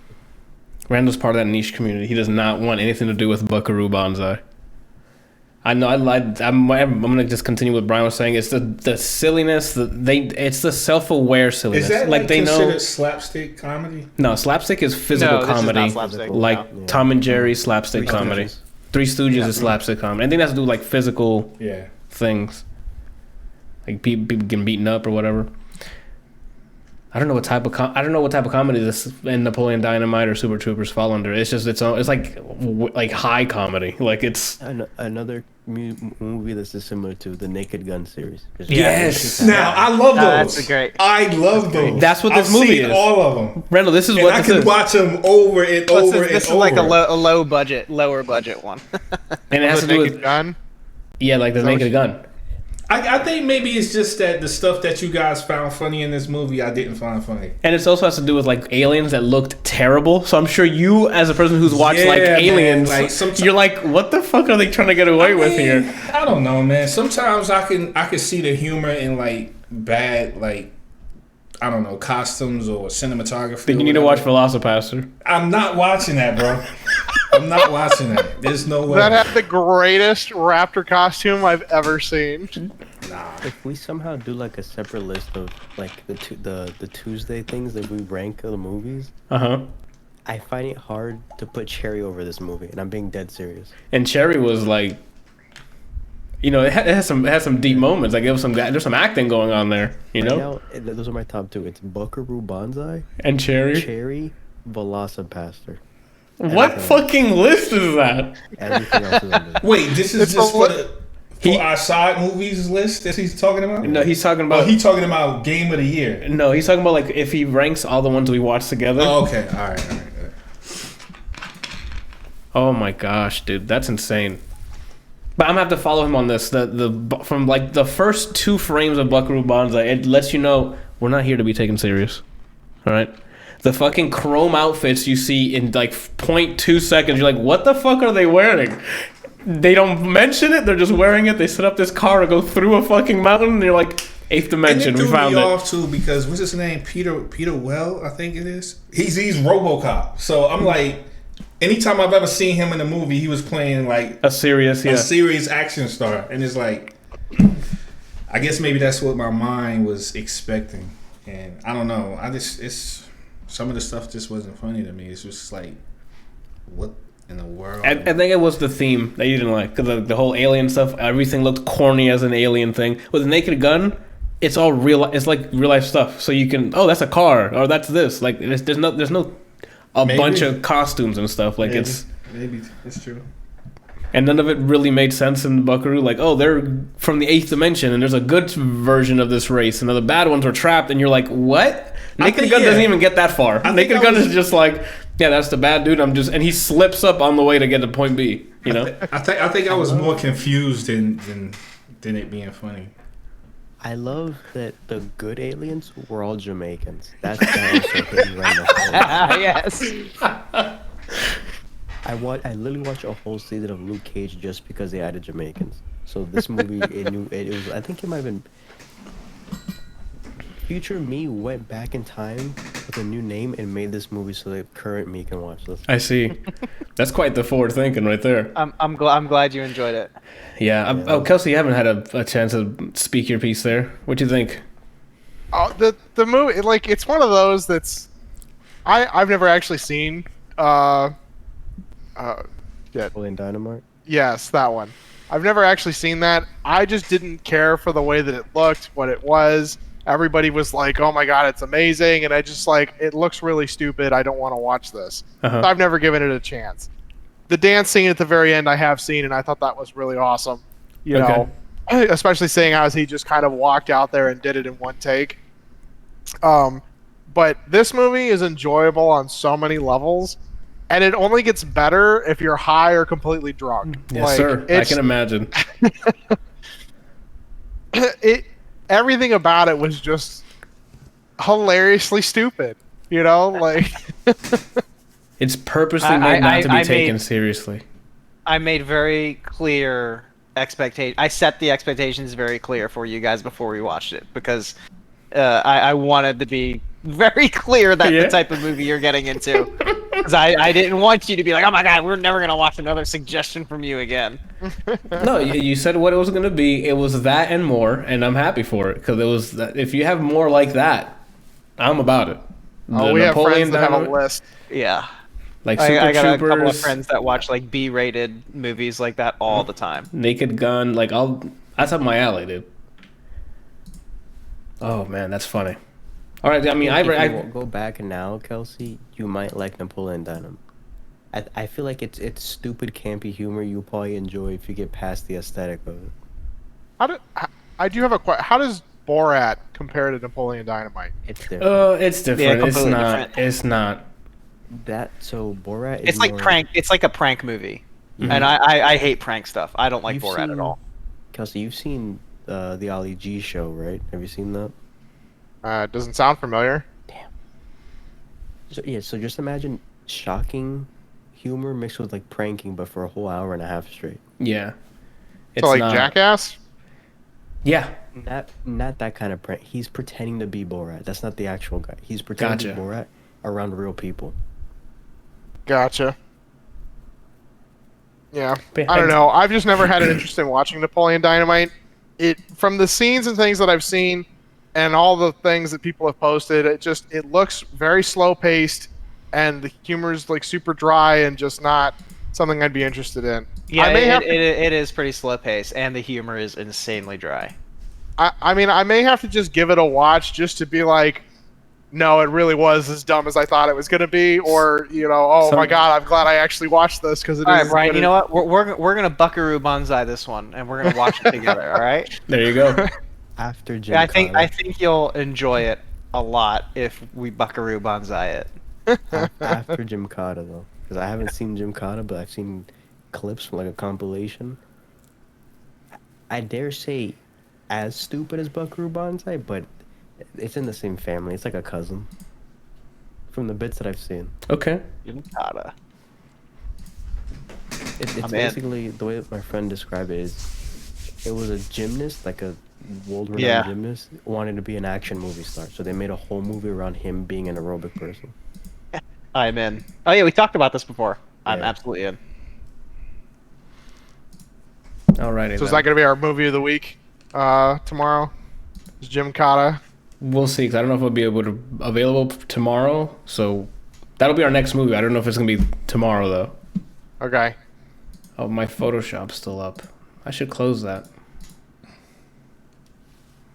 Anywho, moving on to what do we have here? Oh, I guess Skippy. Did you check to see if someone fed Phil, or do we still need to? Somebody feed Phil. Let Yeah. me open this up real quick. All right, so Somebody Feed Phil is a I want to say it's a Netflix series. I don't know who coined the movie or coined the show, but it's basically Phil Rosenthal, who created Everybody Loves Raymond. Okay. Just goes around the world and eats tons and tons and tons of food. And okay. he samples their culture, and he meets a lot of really good people along the way. And it's very, very charming. It's a fantastic show. It's very lighthearted. You just have fun in every episode. I can't really pick a favorite episode because there's so many good ones. But I mean, yeah, you see on IMDb, it's rated 8.2 out of 10. It's I was gonna say it's rated pretty high. It's Even on Rotten rated very Tomatoes. high, and it doesn't have a lot of reviews on it, so there aren't a ton of people that watch it. But the people that do watch it love it. Yeah, so there you go. Killer Pavlov in your chat loves this show. Yeah. The dude is super happy. He's super goofy. He's super charming. He's kind of like Ted Lasso?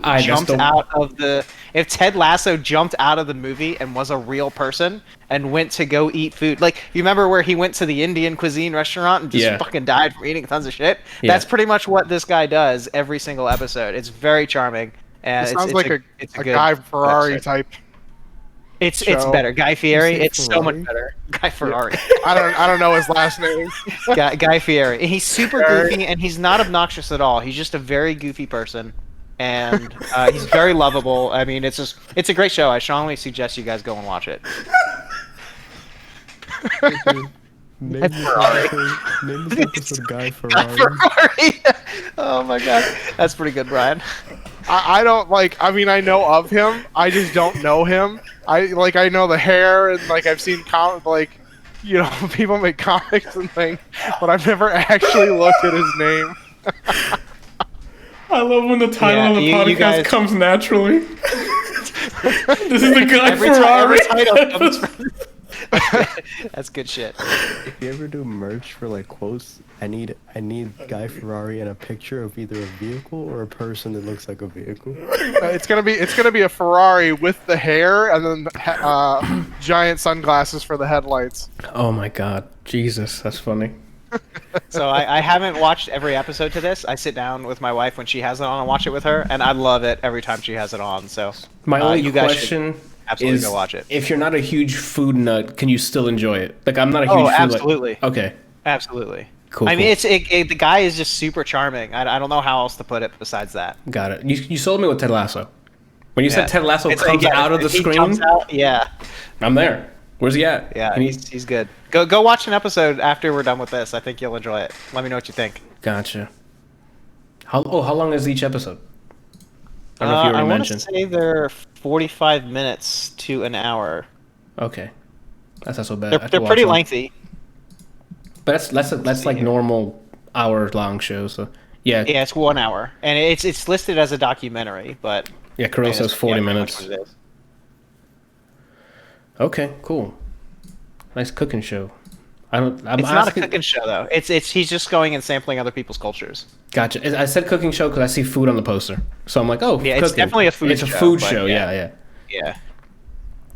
You don't. Cool. Yeah. See, Killer Pavlov did the same thing. You don't need to be a food nut at all. It's just an enjoyable show. Gotcha. All right, so It I'll makes add you that- feel good. and that's what Ted Lasso did. So, Mhm. God, that show can't wait for it to start. We got like a month I know, me left. too. I'm gonna watch it like twice. I think I When might, it for comes out. fun, watch the first season again right until I can have everything fresh. I have watched the first season 3.5 times already. Oh shit, I've only seen it like one and a half. Dude. Same. Yeah, well, I watch it because I'm just like I want to be happy and I want to enjoy myself. I don't want much, so I just sit down and watch it. What's It's her like name? The Office. The short little one that was a model, the funniest character in the show. Oh yeah. And what's her I name? don't remember her name. I know what you're Sorry. talking about. The one that goes to with the old guy at the end. The Yes. quote old guy on the end. What's her name? Keely. Penny. Keely Jones. She's my favorite. Yep. She's one of my favorites too. Anyway, somebody feed Phil. Enjoy Yeah, it. I'll Watch see it. if I can Enjoy feed it. him as well. The game of the year. What the hell are you laughing at, Ryan? No, Oh, it's that's Ted good. Lasso game of the year. Ooh, hit him. Hold on, we haven't done an all episode. Haven't done an all episode. God, Ted Lasso is so fun. All right, Yes. When season 2 come out? in like a month, dude. I think it's in Yeah, it's early like June or July. Are they Yeah. are they releasing it all at once, or is it a Oh, good question. week by week thing? Do we know? I don't know. I don't know. It's Apple TV, so and I think they do theirs weekly, but I'm not entirely sure. I never watch shows weekly. I might do it with this show. Yeah, I'm going to because there's. And because I hate weekly shows, but I mean I just love I Ted Lasso. went- So. because it was all out. I saw the first episode, and then it ended up being the whole first season. So Yeah. I can't control myself with bits of it for this show. Yeah, it's so hard. Every time I watch it, I binge it. It's like I sit down and watch one episode and watch 10. Love it. It's like, oh, I watched the whole season again. So somebody feed feels so good, you're gonna think of Ted Lasso and then watch Ted Lasso. Yep. All right. Cool. Randall. Space Sweepers, my guy. What is that? Let me see. And you put I'm in, not sure if it's Korean or Vietnamese. I was gonna ask because you put like some sort of name in parentheses there. Is So that like how the it's? Space Sweepers is the English title, and the other one is the Vietnamese title. I see. It's a Netflix show, so I can see Yeah. because the first thing it says is Netflix original. Oh, I guess it's a movie. Sorry, it's not Yeah, a it's show. a movie. I don't know any of the actors, Okay, and I definitely don't know the director. I kind of like that though. I like watching like movies without knowing who the actors are because that way they can. I'm not expecting anything from a specific person. Yeah, I went into watching this movie not knowing anything. The only reason I think I was intrigued in watching it was because the CG and the trailer that I saw looked really good, and it had to do with space. So You're all about it. yeah, but basically, like the movie takes place in 2092, and it's your typical like something's wrong with the planet. Because Randall, something's gonna be wrong with the planet. I guess. We're not gonna Always make wrong it. with the planet. We're not gonna make it to 2092, and we're all just fine. Some disastrous shit's happening. Whether we're living through it or not, that's yeah. Have you seen the video of what people ask? It's two of them. It's one that they ask what happens to Florida in 2025, I think, and they ask Like to predict it, they ask random people. they or ask what's Amazon? Jeff Bezos, No, the AI. Alexa. They ask Alexa what happens to Florida in 2025, and she tells them specifically like this month, this day, there's going to be a hurricane that's going to pretty much decimate all of Miami. I would take those with a grain of salt. I'm not 'cause you saying that I believe it, but the fact that she had all this information, I No. was like, what the heck? No, you can have your assistant say a specific thing after a certain phrase. So I can tell my Google, like, I can say, like, oh, what is whatever? And I can have a program, if I say this, say the following. Ah, okay. So every time an assistant says something, I'm like, that could just be scripted. Ah, okay. It was cool though. It was like, it was eye opening, but it was cool. But Randall's anyway. like, what the f shaking? It was Nah, cool. I mean, I'm gonna die. You don't live in Miami, so But I mean, that's only 4 hours away, dude. huh? That's only 4 hours away. I know. But it was like it was going to be like a Category 5 hurricane. But so yeah, it takes place in 2092, and basically the planet is at a point where it's becoming uninhabitable.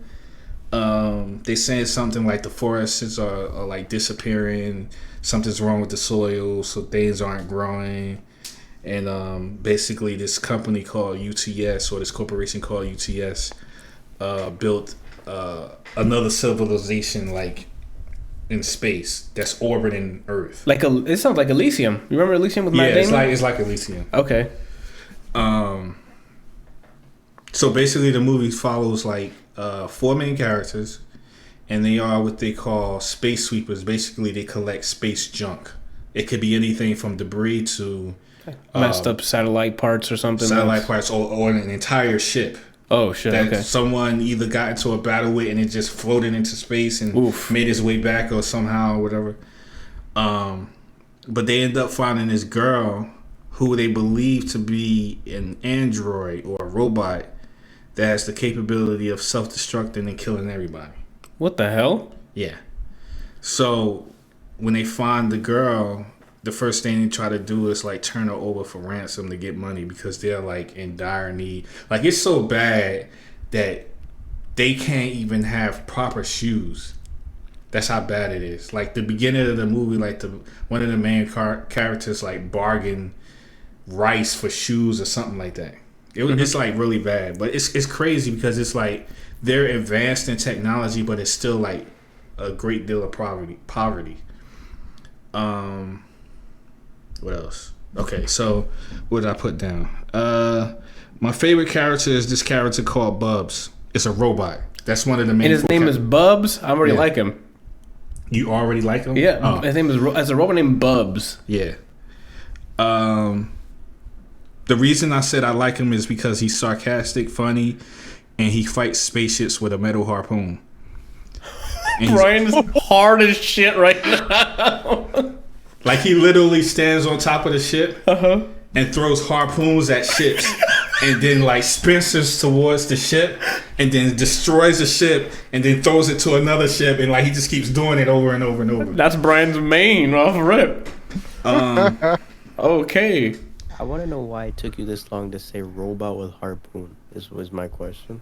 He would have been watching it right now. He would have just muted us and started watching it. What was I going to say? Oh, so he's my favorite character. That's cool. The worst character, in my opinion, is this dude named Tahoe. The reason I said I dislike him is because he makes really bad decisions that notably affect other people's lives. And then I gave the example, like, you know, us as human beings, we make bad decisions all the time. Like sometimes you like when you're in college, you don't, instead of studying for an exam, you like wait to the night before the cram. Like, you know, that's a bad decision. Yeah, but you know, but like when you intentionally make bad decisions that's going to affect your team or other people's lives, I think that's really messed up. And he's done that a lot throughout the movie. Yeah. So that made me not like him. And it's kind of weird because the movie is centered around 4 characters minus the robot girl. But he's not really the lead, but a lot of the attention is given to him. So he's like he is in the leadership position. Yeah. But it's still supposed to be centered around the team of the ship. Because they have a ship, the ship is called Victory, and it's basically about them dealing with this girl that they found. Stuff that I liked about the movie overall was the CGI, like I mentioned earlier. There is 2 plot twists that I like, but although the twist was like 30 frames of Wanda, which means like you can see it coming from a mile away. It was still pretty good. The second plot twist caught me off guard. I don't know if it was because maybe I was like so engulfed in the movie that I didn't see it coming, but I thought it was pretty good. But the second that I was like, wow, that's really cool for a plot twist, they immediately did something next. Like seconds later that just pretty much nullified like the value of the twist. Oh, yeah. That sucks. Let me see. The things that I disliked about the movie is the character arcs were unfulfilling. Okay. The antagonist, he explains why he's ultimately doing whatever he's doing in the movie, because I don't want to like spoil or whatever. That's fine. But he kind of like explains why he's doing what he's doing, but it's stupid. It doesn't make any sense. Oh, so it's not like an actual. It's not like okay, I can relate to that. It's like, what? Why? You're just evil and dumb, like kind of. He's not dumb. He's very intelligent. Okay. He's actually the one. Well, Oh, he dumb. I'm gonna just say that he's one of those people who can capitalize on other people and make himself look better. Okay. I'll just put it like that. Bitch. What else? Oh, I put there three out of the 5 main characters were weak and showed no uniqueness to relate to. And I gave an example of like the people in the Avengers. Like Tony deals with the loss of his mom and his father, who wasn't very affectionate. Thor is struggling to prove himself worthy and use his life's challenges and the opportunity to prove it. Natasha is dealing with a life of bad decisions and guilt and trying to redeem herself as a good person. And Banner is pretty much low self-esteem and depression on steroids. Like all of those things are relatable. We could all relate to them. I don't know about steroids, but I know what you mean. You don't talking take about? steroids, bro. I don't take steroids. I'm clean. Okay. How did you get so jacked with such a small pee-pee then? Sometimes you're born with a small pee-pee. You know that's a hand that you get dealt, and you just got to live with it. You know. That's why they gave me this bald Pee-pee spot got dealt. to distract you from it. But I'm gonna take like one popular quote out of Bryant's book. It's like, you could have replaced these characters with anybody, and it wouldn't have made any difference. Like they were not special or unique in any way. Like they didn't hold any value to the movie. They didn't really contribute anything to the movie. What do you mean they didn't contribute? Like, is this like an Indiana Jones thing, or is like the plot would have kept anybody could have did what they did, bro? Oh, okay. You could just take this person out, insert random person, just fly a ship and do X, Y, and Z. Okay. Like nobody had a unique purpose. Why? There was nothing that made me feel like why I am watching, like why the movie's about this specific team. Oh, okay. Like it wasn't like a Rogue One type of situation where. No, not at all. Got it. So, would I recommend the movie? Yes, sir. Here we go. Probably not. Oh shit. Because not even Bubs. It's cool to look at. Uh-huh. Like again, the CGI is top notch. It's not ILM top notch, but it's good. But it's on the right path. Yeah, it's not. I mean, it's very professional by all means, but it's kind of like having a really gorgeous woman and she has no depth. Like you wouldn't be with her because she has nothing else to offer other than her looks. That's what this movie was. Jeez, Randall, she's an influencer. Don't be so mean. She's got deals with G Fuel and Bang. Me personally, I need something a little more. I need a person with more substance. Okay. This movie does not have more substance. It's just eye candy and one cool character. Bubs. When you say substance, do you mean more trunk space, or? I think it means more TikTok followers. All right. Yeah, he ain't about that gram life. He wants that TikTok. I was actually excited for when you started off strong with the review, and I'm like, okay, I might have to watch this. Everything sucks. Oh, okay, well, never mind. Not everything sucks, but it's just like I didn't feel anything, man. It was just like, oh, that's cool. That's cool. Oh, they're cool. It's just a bunch of that's cool stuff. Okay, then I'm gonna look up clips of. Yeah, I'm pretty much gonna look up the Bubs scene that you're talking about and just enjoy that. Yeah. That sounds like it's an awesome time. No alcohol required. Don't sue me, Jeremy. Anthony, before we move on, whoa, why are you not wearing a tight shirt? Oh, I put on a flamingo shirt just in case you guys wanted to smile. It looks great. I just wanted people to laugh at it. Like, why the fuck is he wearing a flamingo shirt? It's not tight enough, dude. It is pretty tight. Look, it's tight. Oh, look at that! It's tight, right? It's I'll tight. wear my rubber ducky shirt next week for you. You see, that's what I'm saying. I put it on. I saw it in my closet after I showered. I'm like, hopefully that makes somebody laugh, right? Like, why the fuck is he wearing flamingo? I thought when I was in my room and I saw you walk in this room with that shirt on, I thought like something catastrophic happened in your life. I was like, Was you gonna wear that to a funeral? Yeah. No, I thought like something bad happened. Like I don't know what. That I just lost my mind. I Yeah. just came in here with a flamingo shirt. Oh shit! No, I just saw it on there. I'm like, oh, I haven't worn this in a while. And Like you have to, you don't see the whole presentation, but oh, like, hold on. he has on this flamingo shirt with shorts that you would work out at the gym with. Like this is not an outfit. What the hell's going on? Not tight enough, dude. I'm sorry. Oh fuck! I almost died just on camera right now. No, Anthony, don't die. No, thanks guys for the support. No problem. Okay. Flamingos aside, what were we talking about? Oh, that was a no from you. Okay. Your no I'm going to take as go watch Bubs Be Awesome. Yeah, I mean, if there's clips of him on YouTube, sure. Gotcha. All right, Nick. Any other questions? I mean, I don't have a tight shirt for you today, but I'll come back strong next week then. I need you to go learn how to sew and just make your own shirts. I wouldn't recommend that. I'd put the most obscene things on my shirt. I wouldn't be able to stream on Twitch. Anthony, instead of like waxing, shave your body Yeah. and then make that a shirt. Ugh, Like gross. like my hair? That sounds nasty. You said Gross. so make a okay. Let me back up. So it's like He wants you to make a shirt out of Out your of my body. hair? Let's skip that completely. okay. Do you guys want it as a gift or? No, you're gonna wear it. I'm not wearing it. You're Oh, I don't think I have enough hair for a shirt unless I stored it. I guess, but I think he wants you to look like those those one-piece bathing suits women are wearing, where it's got like the guy's hairy chest and happy trail and everything all over it. Oh my god. oh my gosh. Yeah, there you go. Hado said it. If enough people do the same thing you're doing, Twitch will just make a category for it.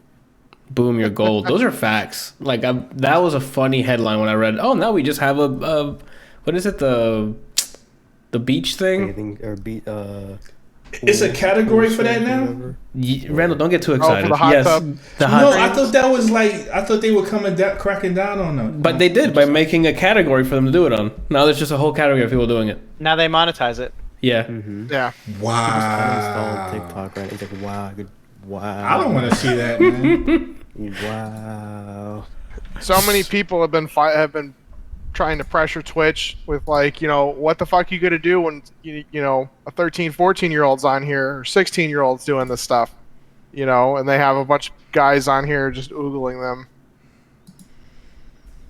Well, I mean that's a Twitch problem, and they're handling it like, yeah, bring them in. Sub to them. More money, less problems. We gotta That's how fund it these works, right? Amazon Prime shows. All right, let's. All you Money, guys less partners? problems. Are we partners? All of you? I'm I know gonna- you're partner. No. I'm not. I'm not a partner. You're not a partner? I'm affiliate. Yeah, I was affiliate. I don't think I'm an affiliate anymore. You don't lose your affiliation unless you Unless you just cancel kidding. it. yeah. Unless you just start nude boxing on camera. That'd be quite the quickest 10-minute stream of You know nude what, boxing. To be quite honest, Nude I'm surprised that Brian doesn't like do any of these outlandish things on like YouTube or Twitter. I mean, not Twitter. He could Twitch. probably do it on Vimeo. We call it art, like an art film, and you just box nude. I just don't have. This isn't an environment that will allow me to be full stupid because I can see through my wall basically. That's how thin the walls are. That's more content. If you accidentally fall through and there's some guy masturbating on the other side, like, that's content. You're on the Inside his window. You can see him. Phil's Yeah. there. The old guy's over there just yanking it. Oh, okay. All right, now that we gotta get through this. That's his canon name. It's Phil now. Phil. Yeah, why not? Okay, cool. You know. Okay, I'm gonna get through a quick one. It's an anime called Kengan Ashura. It's a Tell me Netflix. about Kang and Ashura. Oh, no problem, Brian. I'll go ahead and do that for you. It's a Netflix show called Kengan Ashura. It's an anime. It's a fighting anime for the most part. Like, it's Baki if they added some sort of corporation arc to it. So the story, the premise is they live in a world in I don't know what fucking year. Japan and stuff is working as normal, But businesses and merchants and stuff, when they have any dispute, like any sort of dispute between them, instead of handling it with contract and paperwork, which they do still, they settle it with a fight between their champions. So like Randall can represent, who do you like? Let's say BMW, right? He could be the champion for BMW. If BMW has like some sort of altercation with Jaguar or something. Like Bugattis. That's Brian. Brian loves. Brian's will be okay. So perfect. Thank you, Kelsey. Brian, who is the champion for Bugatti, and has an issue. The Bugatti, the company has an issue with BMW, and to hash it out, they send their fighters to fight for them, and whoever wins the fight wins the dispute. Why does everything gotta Did be you solved see the with violence? Bugatti watch, Bryant? No, but What? There's a There's a watch. The Chiron. Hold on. wait. I'll How send many? it to you. How Sorry, many? you keep going. But how many cars can I buy for the amount for that watch? You can definitely Well, I buy mean, like a Toyota or a Honda. Like those watches like are in the thousands. It's a tourbillon watch, so it's probably super expensive. Okay, I'm good then, bro. Like they're like the price of a house. Now I'm passing. That's $560,000. See, Yo, it just my phone does the time telling, right? Like but the craftsmanship, bad. yeah. the craftsmanship is Oh my god, the craftsmanship of this watch is insane. yeah. Why? I don't know if you guys are I'm not even fucking. joking. I sound like I'm being sarcastic. you guys sound like but you're I'm fucking not. with Like me. I'm serious. Like I'm not saying that a watch should be $500,000, but the craftsmanship behind these watches are like. Are these one of the ones that like everything's made Here, by click. hand? Yeah. Kind of I thing? I just linked it to you in Okay. the ADLR Discord. Okay. The What's podcast 0 to Discord. 100 on it? Well, that's funny you should say that because it has a W16 engine inside of the watch. Oh my god, he's not fucking kidding. Yeah, I'm man. not kidding. It's got a W16 engine in the watch. Ferrari makes I'd like watches to too. think. But with an engine in Yeah. it? I don't know if it has an engine in it, but like it's complex like that. Oh my god. Is there a special Guy Ferrari version or no? Nice. Well done. Well done. It does look slick, but Yeah. no, I can't. There's no way I can justify it. I like how it's like right on top of the engine too. Like the two hands. Oh, there's no way I'd buy something like that, but it is really fucking cool. I can't say that I wouldn't. Really? If I was a millionaire, yeah. Oh, Come heck on. yeah. That's That's you're the art, bro. Okay, Do but you not like? Do you know like the There time are and so- effort that goes into that?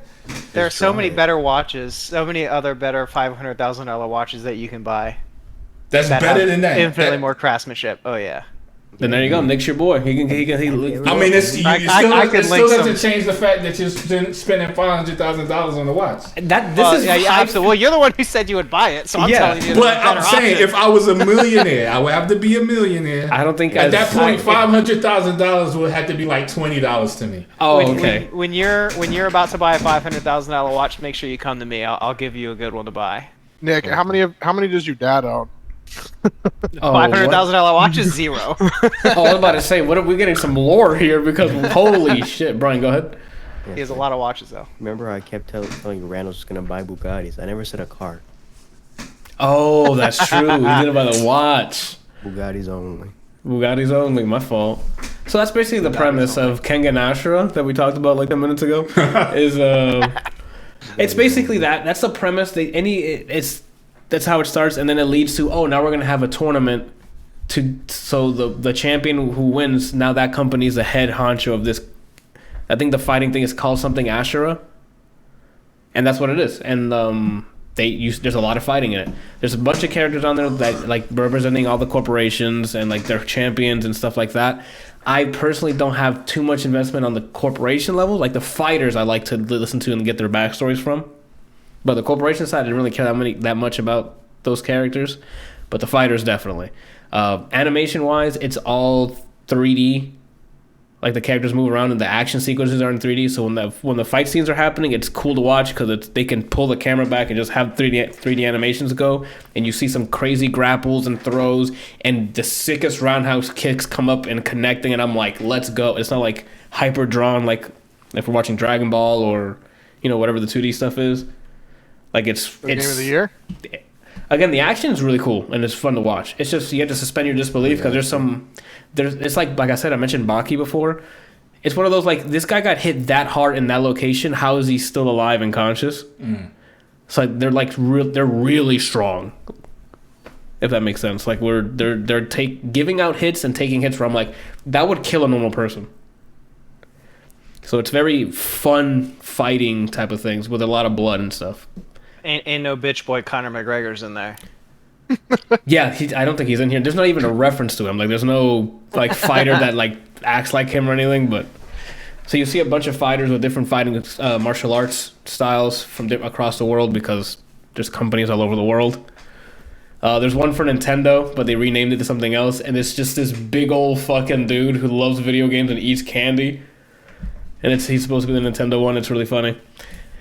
There's car companies, has other stuff, and that's mostly it. The season 2, the latest season ended in the middle of a tournament, so it's like I guess when we get more episodes, we'll find out what happens at the rest of the tournament. But again, if you want to see some pretty cool action in 3D, like in 3D animation stuff, there's some very cool fighting scenes. But besides that, I don't think there's that much depth in terms of the story. It's hey, these guys fight for this reason. Watch them fight for this reason. You know. As far as aesthetics go, could it fit in the anthology of Love, Death, and Robots? What do you mean? Can it live there? Can it fit like the aesthetics? Like, is it good enough to fit? Oh no, it's. I can show you a screenshot. It's not like the CG and stuff isn't like lifelike or anything. It's like regular anime type. Like, let me just show you. I guess. You know how there's some animes that like put small amount of CG in their video in some of their shots, like if they're far away or something. It's like that. It's nothing like Asura, I think it is. Oh, it's Ashura, you're right. So like they look like this. Okay, well it's not showing full screen, but like that. Like that's the 3D thing they have. Maybe a trailer will come up. Thank you. I gotta mute this though. Like that's a grapple. That's a fight scene. Oh, okay. Like you see, it's all the 3D motion. It looks fine in motion. It's just that when they're having dialogue, it looks like it's animated at like 20 to 24 FPS. So it looks like it's slow, but like skipping, but not the same. It looks weird. But when the fight scenes start, it looks like it's like the fights are satisfying. When someone gets hit, they get hit. And these jokers are fighting for companies? Yeah. That'd be so awesome. No, it would This is not. like a man. real That's thing. terrible. You say that now, Randall, but when you see the action, you're like, I'd have someone No, I'm to fight just for thinking. me. I mean, like in real life, that would be terrible, bro. Like companies that are beefing for whatever reason, they're gonna put two people. No, in the ring. we would settle this whole they're mutants, they're not mutants bullshit right now. Like Yeah, Disney would be out before there the like, movie yo. was made, it would be done. Yeah. It's stuff like that, like small things like that, or if there's like a money disagreement or something. If they it was fight for robots, or like how man, I forget the name of that episode. Of what? The very first episode in Love, Death, Robots. Oh, the monster pit when they were like, in Yeah. the, yeah. Oh, If it was something like that, then okay. But you don't like the human. But actual people fighting, nah. But they're willing to. It's not like they're enslaved or anything. They're like, yo, I want to be your champ. Like they're fighters. It's still messed up. Though, Okay. man. How is it any different than like MMA? I don't boxing. like MMA either. All right. All You right. say you don't like MMA? Not really, no. He likes virtual fighting, not legit people hurting each other. Don't you have a favorite MMA fighter? Yeah, Silva. Anderson Silva. Nice. He's a spider. You guys are like you guys could be making these names up for all I know. You know, I don't know the back. Is he like a really good fighter or like Anderson Silva? He Yeah. was Yeah. in his prime, absolutely. Yeah. what? Did he retire? Yeah. Did he retire when he was like at his prime, or did he retire like after? No. Okay. After. Oh, well, shout out to Anderson Silva. I mean, if you want to get on this podcast, you let us know. He's Brazilian. So he says it the way he's supposed to say it. He's not really, he's a striker. He's not really a jiu-jitsu. Oh, He says it like that. but he does say it. Okay, as long as he says it, he doesn't have to be he doesn't have to have the style of jiu-jitsu, but he needs to say it correctly. Shoot, but that's it on King and Astra. Oh, go ahead, man. Never mind. Go ahead. I'll ask in a second. Okay, that was it for King and Ashura. If you like the Baki, this is like the fighting styles, the fighting animations are a little bit more polished because the whole show's in 3D. So when they start the fight, it's not like they just animate it, and it's very satisfying when people land hits. The corporation battling thing, again, I'm not really invested in that, but that's the kind of like the overarching story that's happening on who's taking power, on what corporation's taking power over what, making slide deals on the side, buying other people's champion, and so that's just all that other stuff that's happening in the back end. I didn't care for that. I just enjoyed watching people beat the crap out of each other in the show because it was really cool. Respectable. And that's it on that. Kelsey, what did you have to say? I was gonna ask this past week. Did you do anything that just kind of left a sour taste in your mouth? Oh, okay. Okay, me and Brian did. Hey, oh wait, that sounded bad. We listened to an album called Sour. Shit. Anywho, Brian, you want to? Okay, first, Brian, did you listen to Driver's License earlier this year? I think I did because you mentioned it, and I forgot how I felt about it. Got it. So we're gonna take your perspective first because I heard that song and I've been anticipating this album to come out. So Olivia Rodrigo, who is of I think High School Musicals, TV show fame, and some other TV shows. Oh, it's the album Lee was listening to. He's the one who suggested Buckaroo Banzai to me. Oh well, me and Lee might have some. He said the album slaps. Thank you. Oh, thank God. I need to meet this Lee because I don't even know who this. I don't even know who Olivia. What's her name? Olivia I don't even know who Rodrigo. this person is. But he said it slaps. Yeah. When Brian's doing this, looking over, he's playing. He has it running. When he's not talking, he's playing it. He just Randall just loaded up the PlayStation app, and it says Brian's playing Persona 5 right now. When Brian was just sitting there listening to us and looking to the side, he was playing. Hey, respectable. He's being efficient with his time. Yeah, those are facts. You know what I like? Efficiency. Facts. Mm-hmm. Oh shit! So I guess, yeah. So yeah, Lee. I could have played like 3 League games in the first Army of the Dead review. That's true. What are these for? That's the new level. And on the PlayStation ecosystem, they changed how the leveling of your profile works. So depending on how many trophies you have, it gives you points, and then your logo starts changing depending on how many points you got. That's your level in terms of trophies. They had to update it somehow, you know. Like, it's a brand new console. Let's do some cool shit, you know. Mm-hmm. So what were we? Yeah, like I said, Olivia Rodrigo of the acting fame. She released her first single, "Driver's License," earlier this year, which fucking slapped for me. Once I heard it, I'm like, I can't wait because she has like Lord vibes in some of that track, and then she herself can sing wonderfully. The writing's pretty good too for that one song, and then. Flash forward to I think two more singles came out before this album last week, which I think was Deja Vu and Good For You, and then now the whole album's out called Sour. I want to go with Brian first because I'm gonna gush over this, so I'd rather you guys hear the critically like no fanboy. You know, he's here for the review. You know what I'm saying? I'm just gonna be like, I love it, so go for it, Brian. All right, so boom, right? Let's get it. I forgot. I remember this came out. I remember her name. Yeah. I heard the song. I don't remember how I felt about the song. And then I saw it was 34 minutes. Really short I album. was like, you know what? Let me pop it in. All right. First song plays, and this is not what I'm expecting. I remember that Driver's License was like a slower song. Yes. But I don't remember anything else about it. Especially because the first track opening is like hard guitar. Like, it's like, what the hell is this?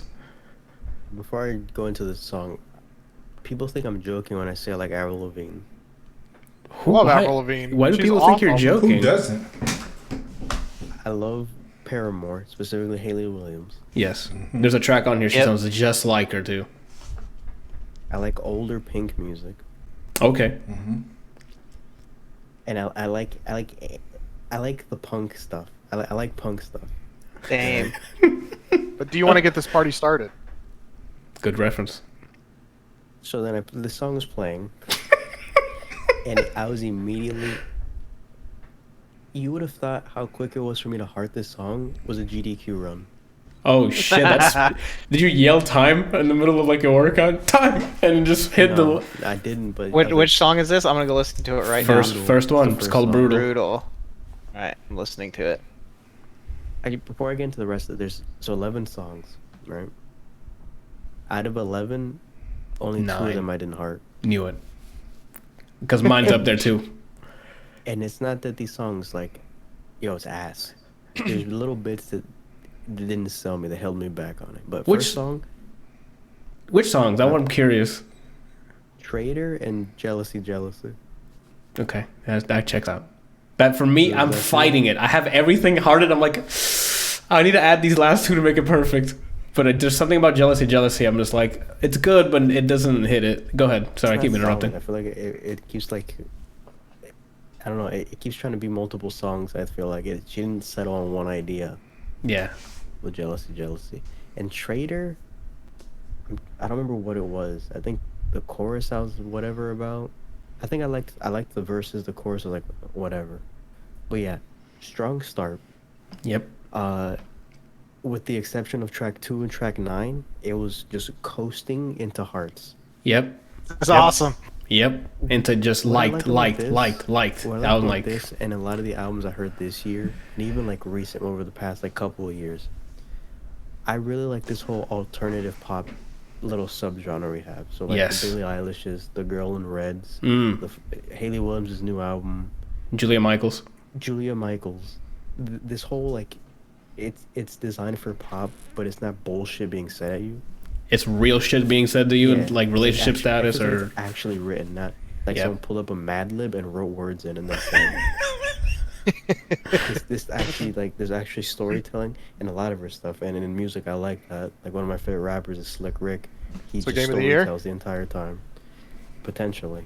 yes, it is gonna be. There's gonna be a discussion at the end of this year. Potential. Yeah. Yeah, I don't see it being below top 5. Honestly, debatable top 3. Like Oh, me and Bart on the same. Y'all need to get your fucking homework because I'm shooting for this one. I'm gonna listen to this tomorrow. I only listen to podcasts when I work out, but I might listen to this. yeah, Well, maybe not for a workout because there's like it's sad. Like most none of Dude, this is. I like- listen to chess podcasts when I work out. I'll be Okay, then you're fine. Okay. it's 'cause I'll be it's 'cause you're okay. making moves. Yeah. Oh, Yeah, that's right. Let's I'm making go. moves, baby. Love it. That's- Shit, what you think? This guy. I like this guy. What was I gonna say? So yeah, there's content in her songs. It's not just. I want to. I don't want to say this person's name because someone might be hear what I have to say, but they're probably gonna get upset. This isn't like Katy Perry's writing where it's like outdated pop. Or like she's She doesn't watch this that often. So if she appears here, it's because someone told her. Okay, well, that's what I'm saying. I feel like someone's gonna mention this. Yeah. Katy Perry is very talented in terms of her singing. Yes. I don't know if it's her writing or not, but it's very outdated pop to me. So a lot of times she'll have artists in Hawaii. Instrumental slaps, Yes. well mixed, verses slap. The chorus, who wrote that? Did you write that chorus? Because there's one line you could have just gotten the fuck out of there. I'm okay with the chorus on that song. But is it as bad as No. Jungle Pussy. no the Oh. Black Eyed Peas with Shakira? I can't. I'm telling you, Kelsey. Listening to that this track, one- I'm like, this is gonna be a banger. And then she fucked it.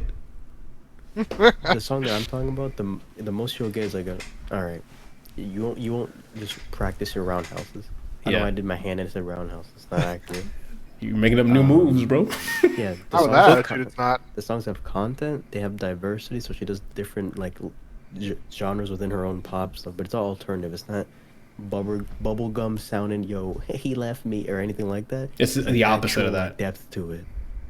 All right. There's anger at some time. It's anger towards either the partner, anger at herself in some tracks, and keep going, Brian. I'm keep interrupting Anger, because there's here we go. envy, there's just sadness. Yes. Just like looking back, and then there's one song which is a gorgeous song. The way they end the album.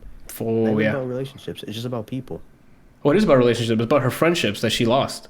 Well, I On the mean, one- like, I don't mean like Oh, like not platonic. Gotcha. Amorous. Brian, you're It's platonic, like relationships in her life, but I don't. It's it's well done. Yeah. I had to tweet it out because it's a beautiful song. Yes, sir. So, I'm trying to think what else I can say. Mix wise, it's cool because it's mixed like pop primarily, and then she'll throw in something abstract, or she'll throw in a little punk into things, just something different to throw it off, and I think it's well done. I don't remember her song before this. I didn't know she existed until before this, but I think already I'm probably a fan of her. Well, that's what I was asked. That's why I asked you if you heard "Driver's License" before, because that was her like I think her debut single, and she for me knocked it out of the. I was like, that's my song. I think. Go ahead. From the songs on this album, I don't even think that's the strongest song. No, it's not, because but "Happier" is really good. Happier is very good. Enough for You, I think, might be my top one. Yeah, those are all really good. If I had to think of a top 3 off the spot, no order, it'd probably be Enough for You, Happier, maybe Brutal, because that shit slapped, dude. Brutal slaps. That shit fucks, bro. For me, because I guess it might be because of her acting background or whatever. It's just when she's performing the songs, it's convincing. Like when it's the part where you're like, she might be tearing up at this point. It sounds like she's probably tearing up, or like just yelling in actual anger. The swelling with not only her voice and the instrumental, I think "Happier" does it, where it's like she's getting louder and stronger, and the instrumental's slowly coming up, but you don't hear it. You don't know it's getting that high until she drops it. Like each track, it's done with care. Like she doesn't just, oh, that's the beat, let me rap to it. Like she wrote to it. She made the instrumentals follow along with it. Like everything's mixed nicely. Go ahead. To be fair, it's not just her. It's whoever engineered this. Oh, Dan. There's like 2 people in the entire credits. It's her with the writing and vocals, and then Dan's. Go feed Brian. Clean up the. You know what I'm saying? Like, go ahead and say some random stuff while I go look this up. I want to know who mixed this, because it's well done. It doesn't sound like anything Bieber like. I know I was in the same room as the Bieber's engineer, but it doesn't sound. It sounds like technically clean pop. Like that shit's like optimal. But this sounds different. This is like, so the 2 opposite sides is like the cookie cutter mixed pop. Then there's Billie Eilish, which is like purposely dark. So you'll notice a lot of her songs don't have too much clarity, or like, yeah, I'm DJing with my hands right now. Oh, I'm sorry, no. Mixer was Mitch McCarthy. You said it was purposely dark, and so I had to do the. Oh, okay. We appreciate you. We appreciate you. We got to keep the thing running. It's purposely dark in the sense that there's not a lot of high end into the song. You notice it feels like a cut, but it's still pop. Like it's hard to explain, so that's why I just call it alternate pop. Yeah. This, in terms of mixed clarity, is like right in the middle of that. Oh gosh. I find interesting. She plays a lot with like stereo fielding and a lot of things. That one song where she does laugh sounds. I think it's Enough for You. Mm-hmm. She stops singing and she starts doing laugh sounds. You hear like swell and go to the sides. I don't know if you heard, Brian, but the mixer is Mitch McCarthy. Mitch McCarthy, yeah. I'd have to look him up, see what else he did. I don't know him by name. But yeah, overall, this is a baby dropping album. This is what? A baby dropping to go along with. Thank God. I'm gonna tell you some story, bro. Since Driver License came out, I've had that song on loop and whenever I can, and all her other singles. And I got to the point where I'm like, am I just fanboying over this fucking like, she's like 17, like some teenage music? I'm like, am I in the wrong here? I'm like, am I just like fangirling? And then I heard the album and I'm like, I think I am, because I fucking love all of the stuff on here. So I thought I was gonna be on the minority here, but I'm like, yes, okay, good. 2021 right now. It's like woman centric. It's like same. Yeah. Let me look that up. Which is great. Girl in Red, most of her albums on here. Her EP. Olivia's, most of it's on here. I think we're gonna have the same. Hayley Williams is up. That's what's right now. I want to see if something dethrones this. Hayley Williams' album, and this might be it. I have Giveon. I've already heard Giveon's EPs, but I put the songs that were on the EPs on here because the collection came out. So those are technically 2020 to me, just so I can loop them. Nerd Raged Out says, she's 19. You're safe. Google's got your back, dog. No, not in that way. No, I'm not in a sexual way. I'm just thinking like, Like, am Doesn't have to be I a sexual. teenage girl? Is that what I'm asking myself? Like 17 or 10, and most likely yes. Might be. I might. Be. But I think it's just her writing. You don't have to be at her young age to get what she's trying to convey. We know what way you meant, and then a winky face. Oh, That's all I really have to say about it. If you if you like genuine sounded music, I would recommend this.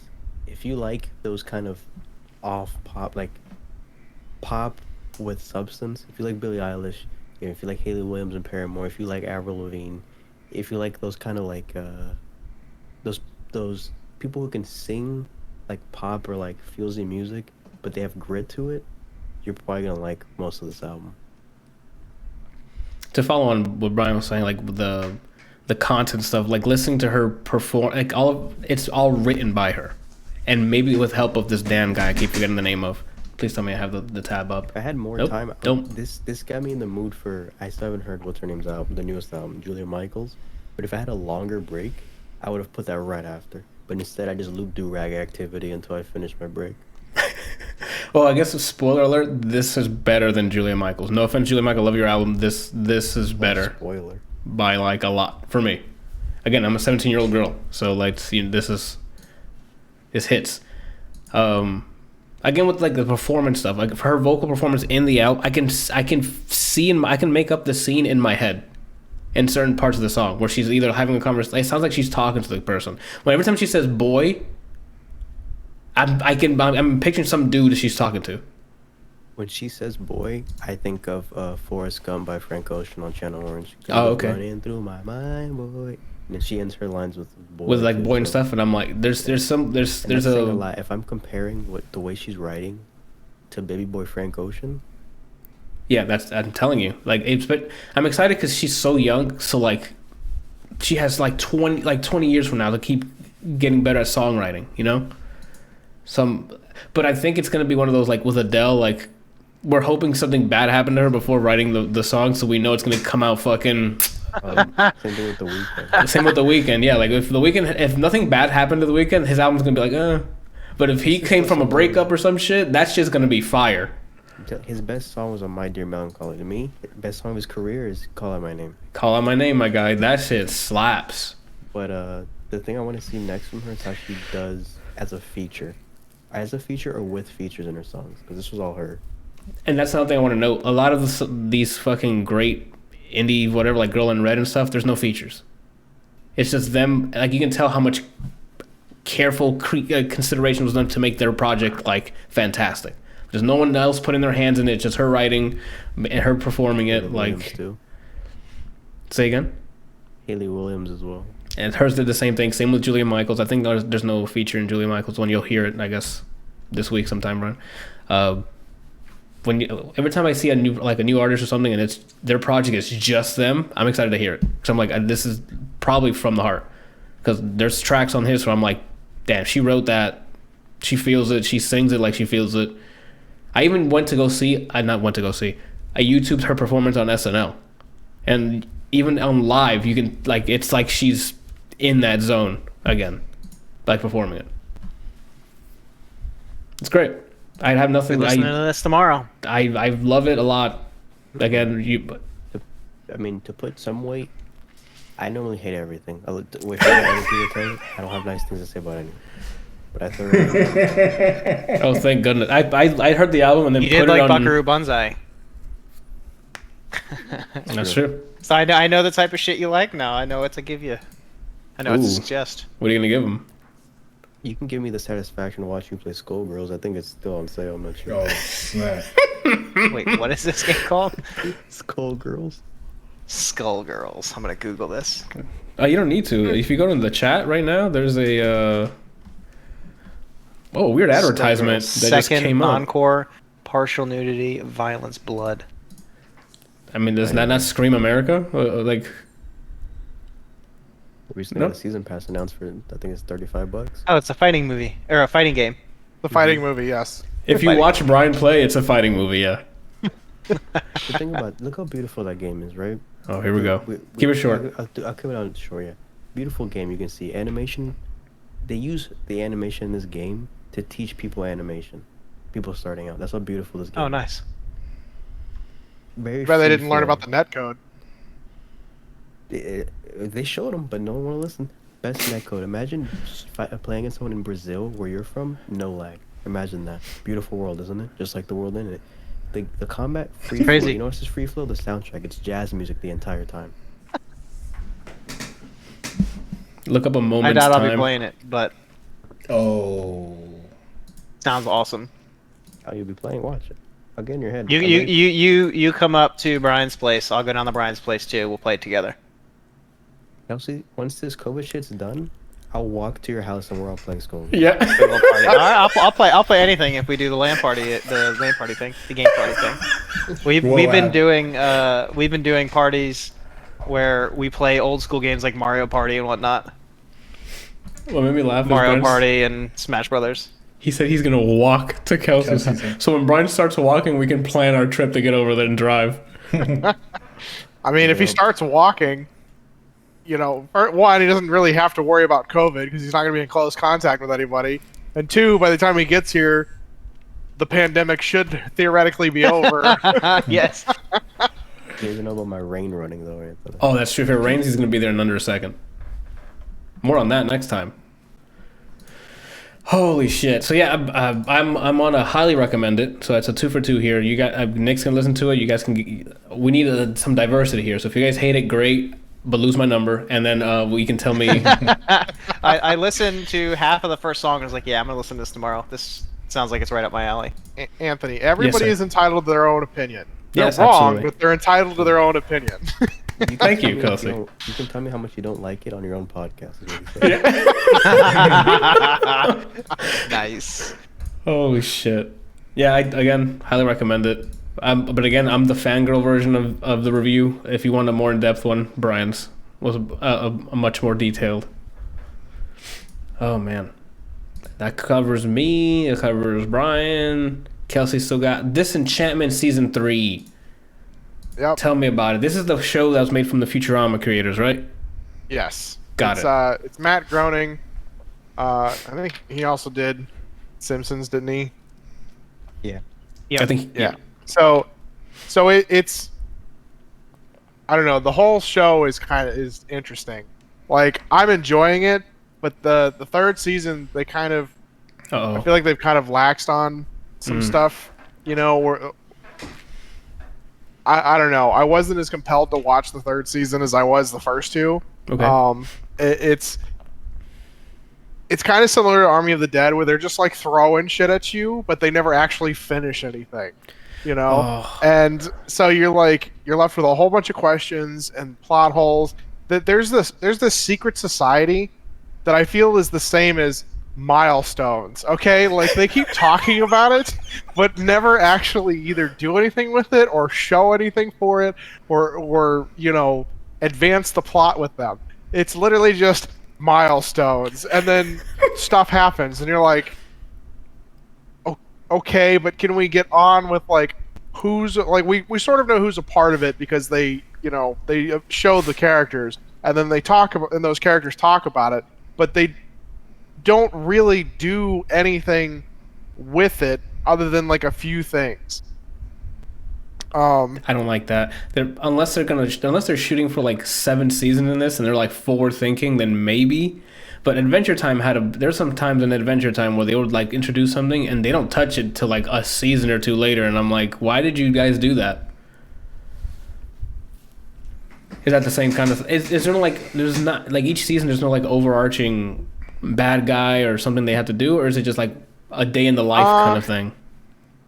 So from what I remember from the first one, that one was the most like kind of just a day in the life of Princess Tiabini.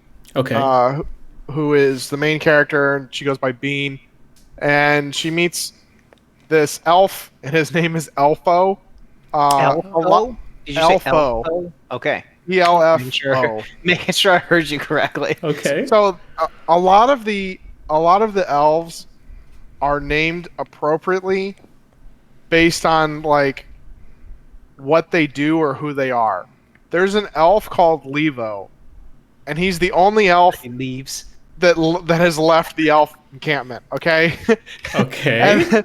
and or at least he was This originally. sounds fucking stupid. I'm not gonna lie. Yeah. And there's another elf called Shaco, and he only talks in shock, where he's like, It's Joe Rogan.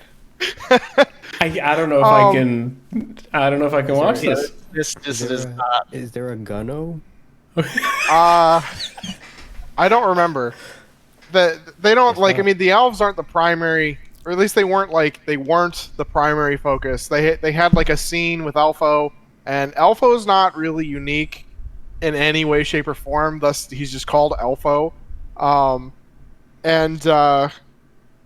He ends up leaving the elf kingdom realm thing, whatever, and then goes and ends up meeting Princess Tiabini, because she's like, even though she's the princess, she doesn't act like it. I mean, she doesn't like to wear the fancy dresses or anything. She's basically just a tomboy that just likes to get drunk, in the pubs, and that's it.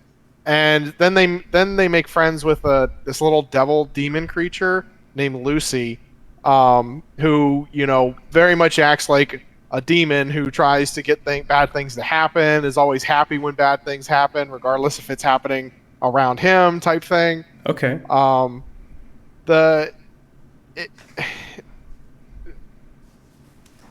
I enjoy the show, Yeah. but it's not like this season was not nearly as impressive as the first two.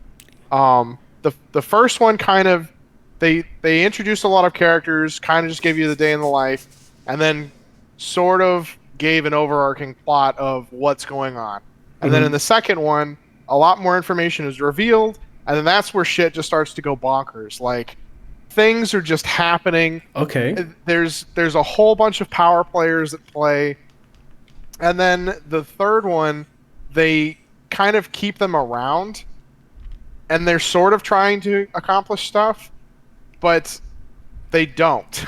So it's like a lull or something. Like everyone's like at halftime, just chilling, sort of making some plans. Yeah, they introduced another like major power, and they're focusing on that. But all of the other people from the season 2, powers are like still kind of showing up, but not really doing anything. So there's like cameos. Like, hey, we were here. I mean, they're like a thorn in the side. They they do stuff, but it's not like they're advancing their plot to take over the world or whatever. They're just kind of around. I don't like that.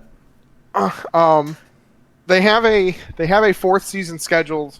I don't know when it's coming out. I'm hoping that they start to like close some doors on things, or like change the focus, maybe not just have so many open-ended plot points going around. Yeah. And I'm hoping that the milestones fucking goes away. How did they this do does that? not sound good, to be honest. Milestones. It has a lot of the same voice actors from Futurama, and it's similar style of Futurama, but I don't feel like it's done nearly as well as Futurama. Like, I thoroughly enjoy Futurama. I've seen it, probably 50 times at this point. I still watch it when I'm laying down or going to sleep, or just need some background noise or something like that. This is not something that I would actively put on in the background. It's not something I really would come back to. I really enjoyed the first season. The second season was kind of, out there and really pushing some points. But then the third season is like, okay, can we move on with some of this stuff now? That's unfortunate. Yeah, so it's just wasting time. Or it's just reusing gags that you're like, okay, Mm-hmm. I get that. Because Futurama has different. Futurama was basically a day in the life, and they had so many characters for them to be like, oh, this guy got in some dumb shenanigans, and now we're off to this world, and we get to learn about that world. Like once I learned about Snoo Snoo, there's no going back. Like you learn so much stuff. And they have they left it open for creative planets and stuff like that. Where isn't this like it's like high fantasy, right? Like where they're dragons and stuff like that. Yeah, their kingdom is Dreamland. Okay. And I don't remember if there's they didn't get dragons. copyright from that. Huh? They didn't get a copyright? That's Kirby's thing. Dreamland? Yeah, Dreamland from Kirby. I That's don't probably know. not copyrighted. That's probably just Dreamland. Okay. That's So, fair. there's Dreamland, and then there's Steamland, and then there's a couple, and I forget what the other ones were, but, when they were doing just kind of the day in the life, and then, like, things would come up, and then they would solve them maybe in the next episode, that was great. Now they have, like, all of the things that have happened either showing up or following them, and they're either not closing the plot points, or they're like using it to try and extend episodes and things, and it's like it's not as enjoyable. Especially when it's obvious that they're doing that. And it's interesting because I hear really great things about Futurama. I've never seen it. I've seen a couple episodes. I've never actually seen the full Futurama.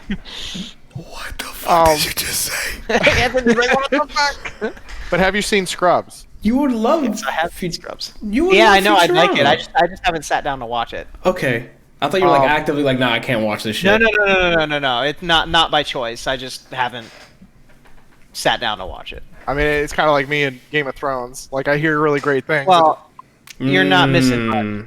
Okay, Breaking there's- Bad. How's that? Okay. Yeah, Breaking Bad is better.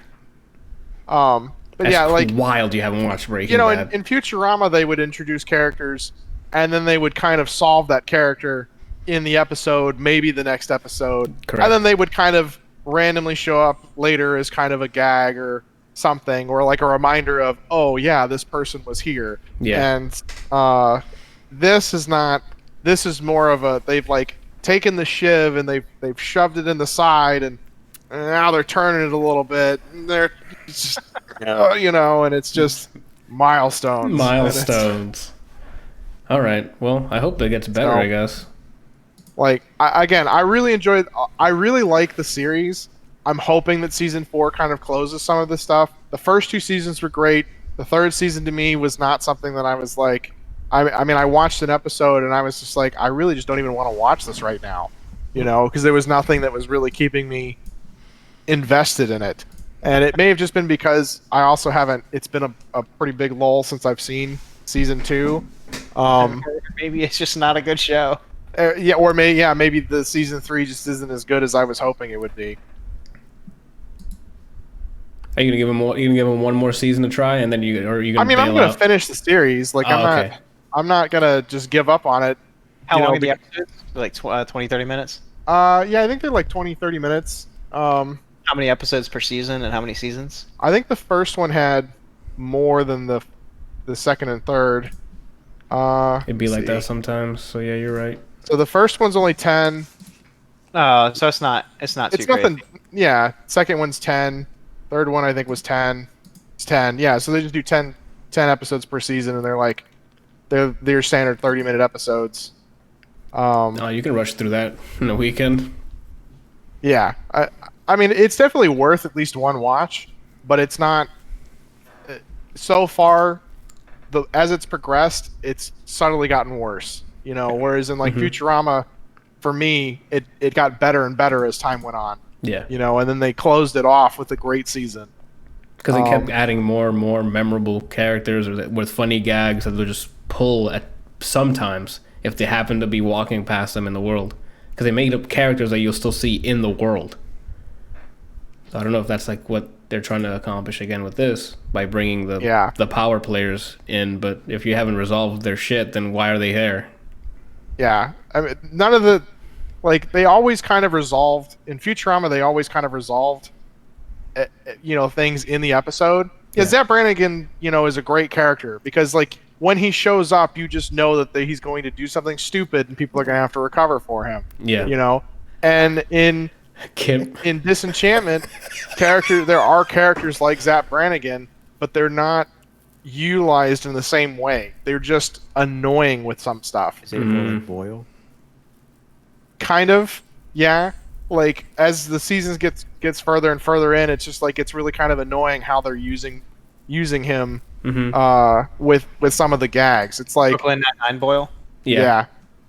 I like Boyle, but the whole like him being so invested in Amy and Jake's relationship and not being his own person anymore is just annoying. Like I love the whole, everything that he says is some sort of like sexual innuendo that he just doesn't seem to hear. I think that's hilarious, but him being like, constantly interrupting them and being like, no, go to her, kiss her, make a baby, do this, that, and the other thing. It's like, bro, come on. He's like pushing plots for them to Yes. have, like, hey, do this so then they can watch that happen. We'll let that happen organically, Boyle. Thanks. But they have a great cast for Disenchantment. Eric Andre plays Lucy, who's the demon thing. Okay. And he also apparently plays Pendergast. I didn't realize that. John DiMaggio plays King Zog. Tress McNeil plays the Archdruidess and King Derek. Who's somebody else that... Billy West is in it. Legend. Who's Billy West? Billy West is the voice of Fry and the Professor in Futurama.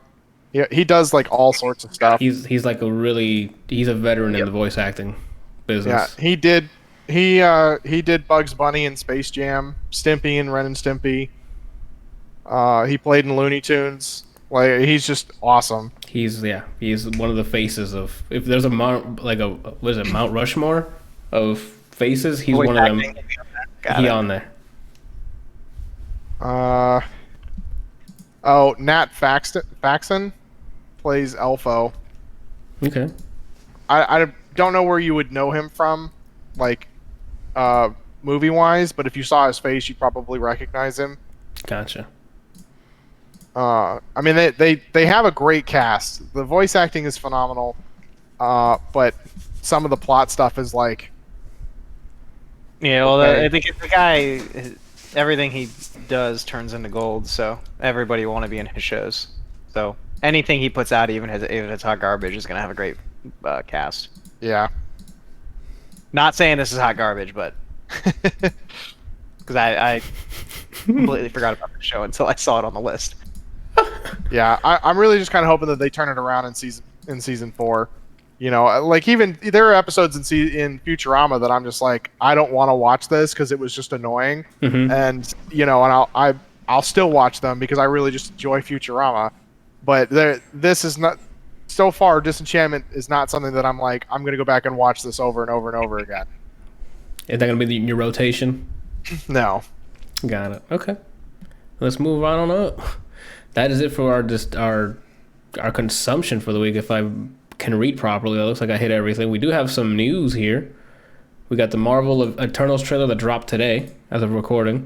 Did you guys all catch? Brian, I know Brian don't answer. Nick and Kelsey, did you guys watch the trailer? Yep. I have not. I liked it.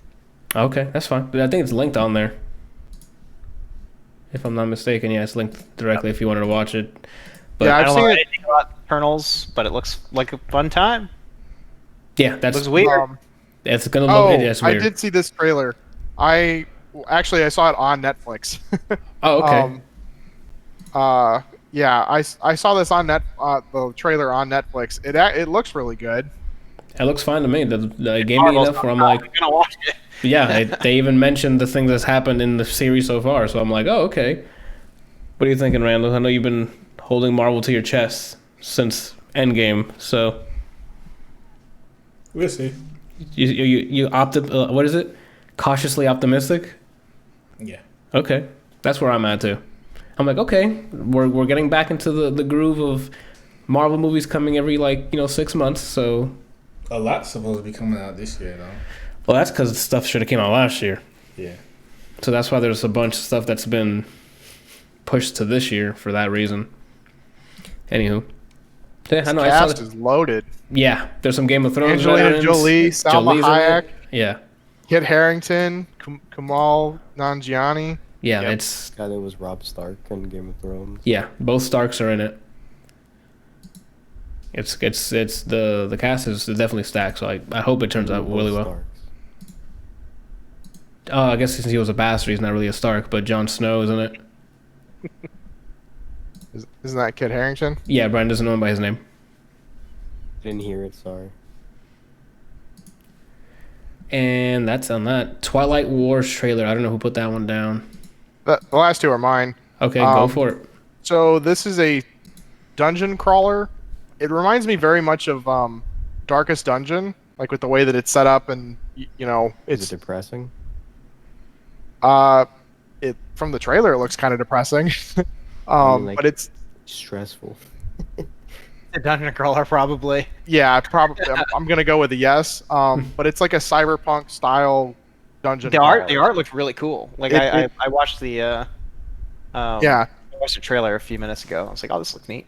But it looks like you have some sort of like main base, like an XCOM style base where you get to like build things and then hire people to run those areas, and then I think they can level up, and then you have a combat team that you go out and do missions, where you like run through a bunch of different rooms and try and finish the mission, similar to Darkest Dungeons. And then people have like powers and abilities and weapons and that kind of stuff. There's guns in this. It sounds like it's right up Brian's alley here. Yeah, like if you liked Darkest Dungeon, this looks something like it's something similar, and that it probably would be just as enjoyable. Is that out? I forgot if the trailer said it was out. It's Or... in wish list. I don't think it's out yet. I think this is just a trailer. Gotcha. Wish list. Is it a wish list? Okay. Then yeah, I'll tell you wish list when it comes out on Steam. But I'm excited for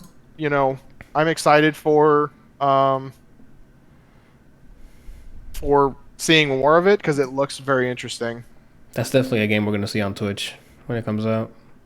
From like people from like Co and all the other variety streamers. Yeah. All right, and then Last of Us 2 gets a PS5 performance patch. Let's get it, dude. 60 FPS. Yes, they're targeting 60 FPS. The way that this is written, though, it makes it sound like they're targeting it for 60 FPS on the PS4. Oh, I'm sorry. No, they're. I read that PS4 wrong. probably doesn't support 60 FPS. No, I read it wrong. Now, the Last of Us Part 2 on PS5, you can play it. They're now targeting 60 FPS after today's performance patch for the PS4 version. Yeah. Because they didn't make technically a PS5 version. They're just patching it so the that it runs on. Mm-hmm. Yes. Under backwards so that compatibility. It runs better on the PS5. Mm-hmm. Got it. That's good. So, I mean, from the trailer, it looked like it was a lot smoother, but that editing and things and pre-rendered videos are very easy to make it look smooth. Gotcha. Good for but them. I know that you guys like The Last of Us, so Absolutely. figured I'd throw that in there. Alrighty. I like seeing the performance patches stuff.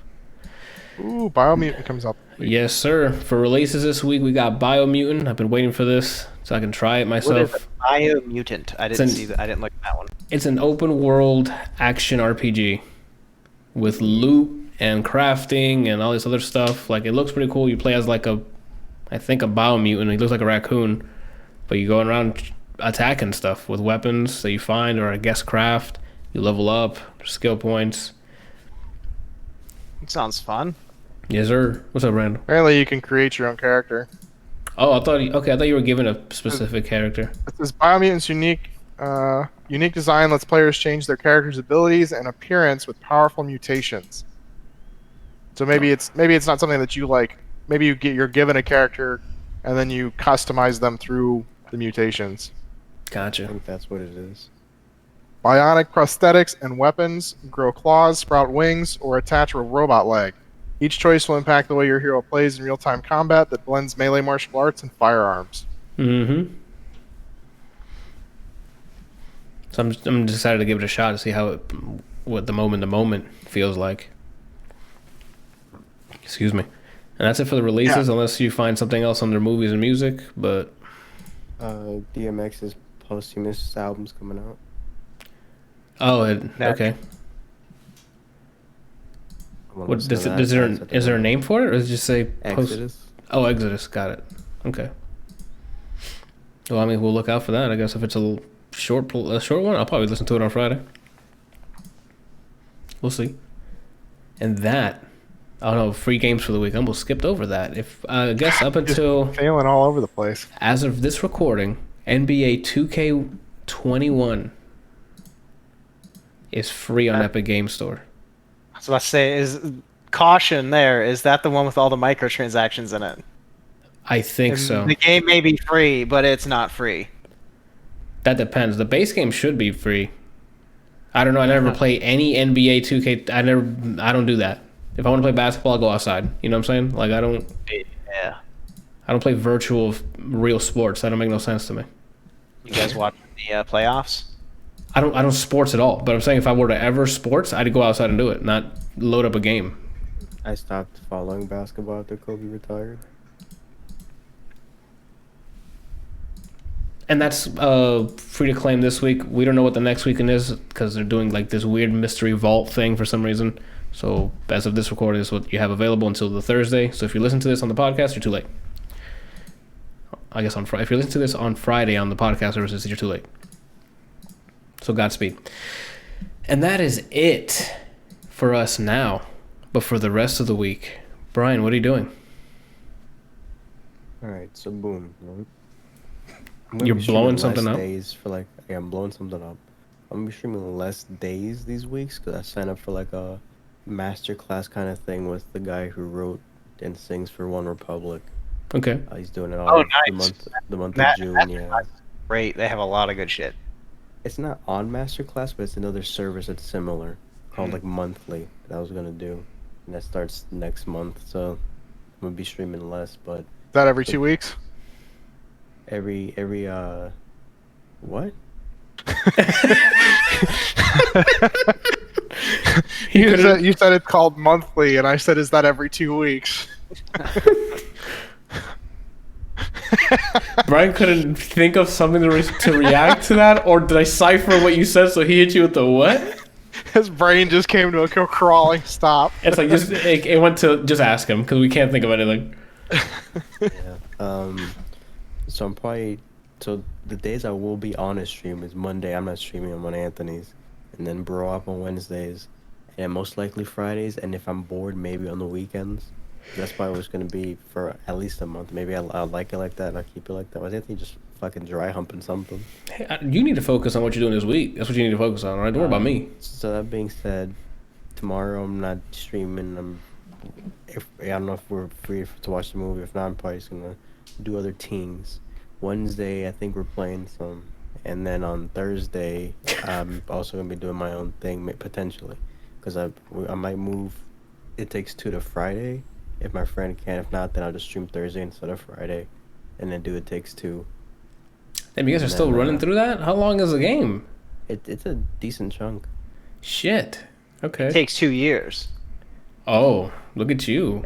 I mean, I was gonna wait to review it when we're done with it, but so far it's entertaining. That's what I'm gonna do too. I started it this weekend, so I'm just gonna wait till I finish it. Who did you pick, guy or girl? I'm a guy. I picked a guy. That way you're more immersed. What the hell? What kind of question is that? Boring one. How many times do you guys go back to back while you're like shooting everybody? Not enough There's an times. army of two. It just takes two. Oh, okay. Yeah. So those days, my weekend, I don't have any plans for it as of yet. That's my week. Okay, that's your week. Skippy, what is your week looking like? Let's see. Lots of work stuff to do. Gonna have the skills competition this weekend for the Adult League since the season is over. I will be competing in Fastest Skater. I do have to commend you Is there for even any competition? for playing League while telling me what you're gonna do with League this week. Fuck yeah, dude. No, that's not League. That's like hockey, like actual sports. Oh, okay. Well, I can see League, Speaking of League, through your glasses right now. Oh, hell yeah. Speaking of League, I did hit Platinum. Hey! Finally. Let's go.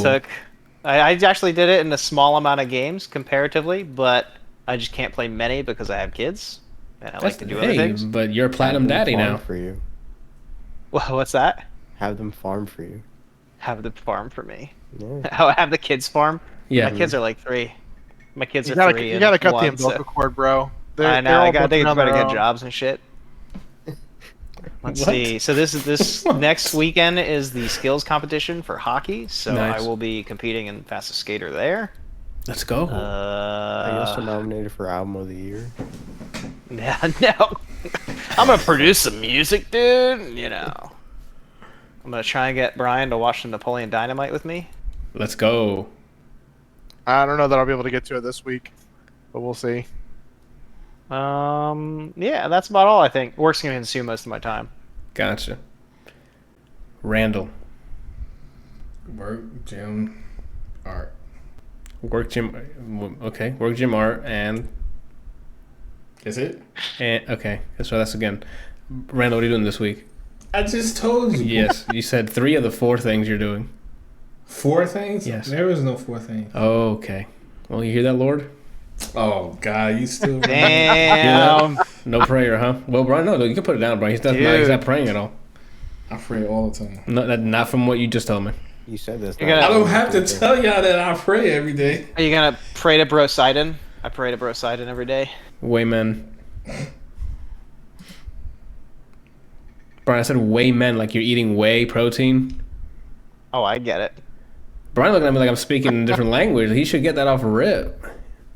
I Weird. heard Raged Out says he's praying you change this conversation before he pimp smacks that ass. I don't want that to happen. No, don't do that. The heck are y'all talking about? You know what I'm talking about. Macaroni with the chicken strips. What the fuck? You haven't seen that? Oh, I got a link to No, send I have you. not. Let me I'm finish. so Let me wrap up. confused. Let me wrap up on here. I'll show you. Okay. Kelson, what you doing this week? Oh, I'm sorry, Weird. What are you doing? So that reminded me of my doctor said I don't know What? I don't know what HD is, but my doctor said I have 80 of them. Evan, ADHD, dude. Shoot. Holy shit. Go ahead, man. So let's see. This week, I'm getting my second dose of the COVID vaccine tomorrow. So Nice. we'll see how that goes. Hopefully I don't crash too hard. Heard it makes Dad's Why'd you in- wait so long? Huh? What do you mean? So why'd you wait so long, man? Yeah, you're like right next to an MUSC, aren't you? They literally didn't have any openings for a long time. Oh my god, they've had openings for forever. That's where I got vaccinated, was MUSC.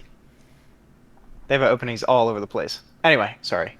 But the first one I got like over a month ago, and then there was nothing open. And they were So you like- just haven't gotten your second one yet. Yeah, they were just like, oh hey, by the way, we're opening up some new locations for you to go get some stuff. Interesting, because So- normally they'll make an appointment for the second vaccine Right the away. second after you get your first Yeah, one. no, done. I got a message in my inbox, and they were like, hey, you need to make an appointment because we have some extra openings. During Huh. this time, you need to try and That's get crazy. it soon. I heard your first shot expired. Dude, what? He said your first shot expired. And Dad's in town this week, so I'm probably gonna be spending a lot of the nights with him Okay. while he's down here for his birthday. Nice.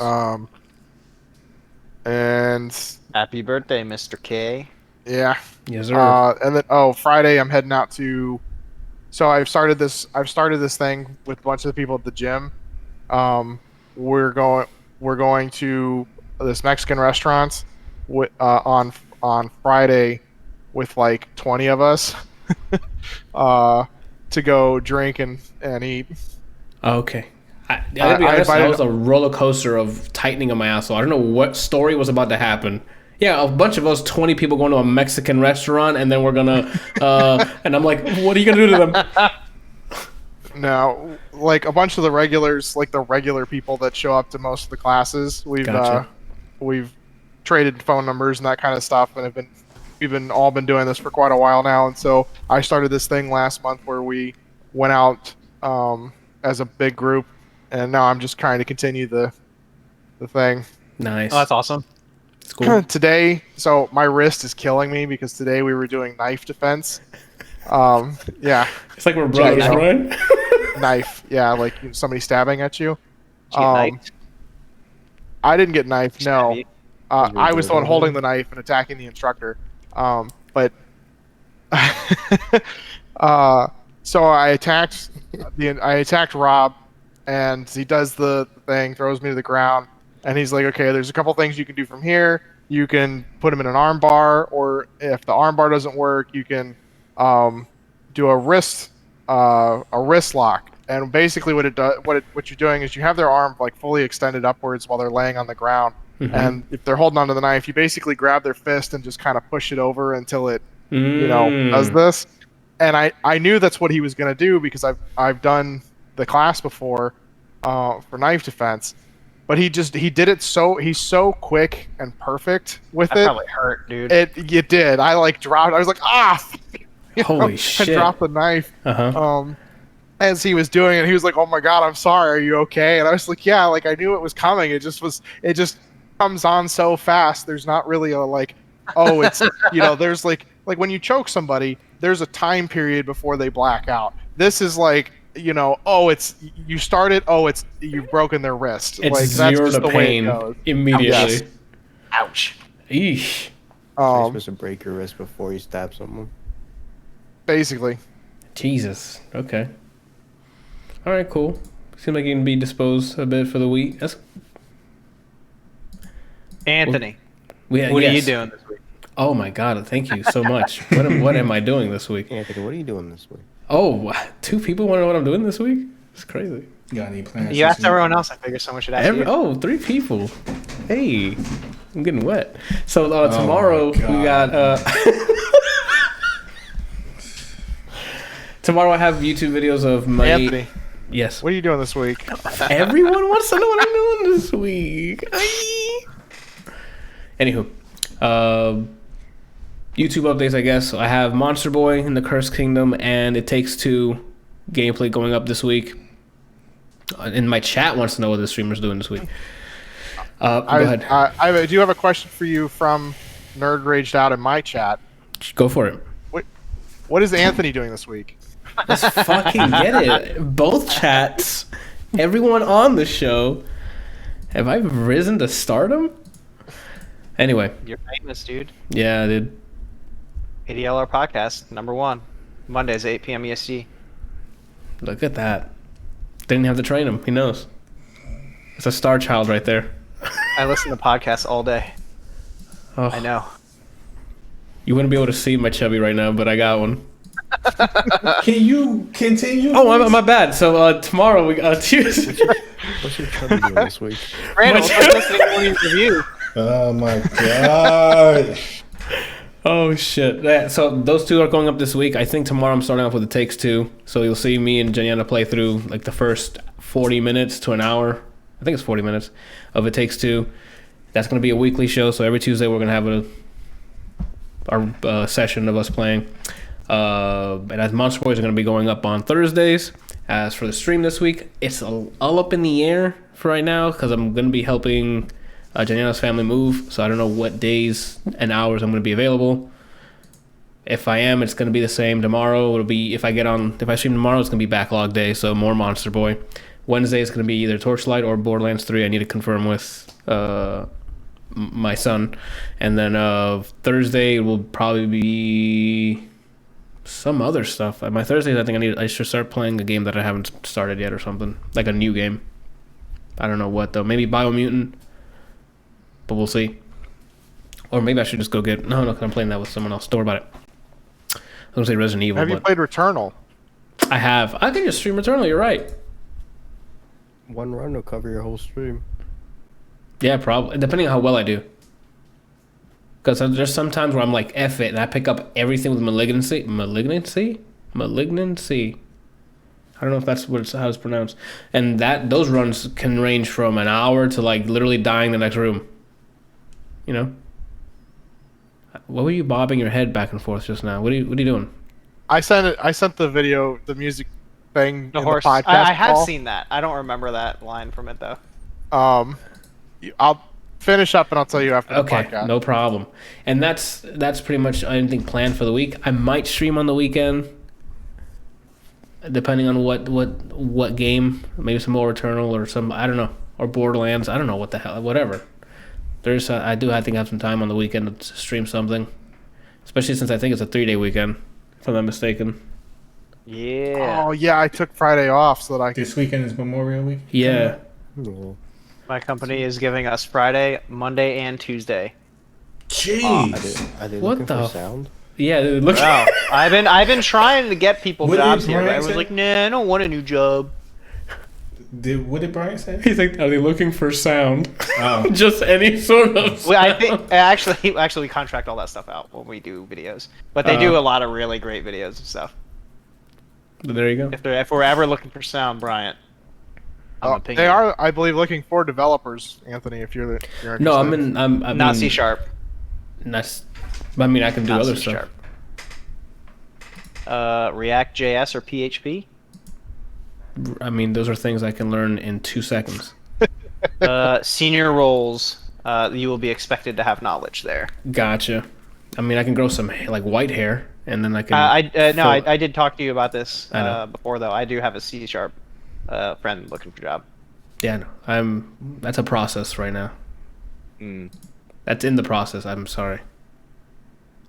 That's the word I wanted to say. If your company's looking for ass player, Randall's your guy. He's got it, bro. Like, Heck, man. he's got it. All right, that's enough for the episode. I think I said everything in this week. That's it. We'll be back next week with more bullshittery, as always. Make sure to watch Ted Lasso. Make sure to play Skullgirls. What am I missing?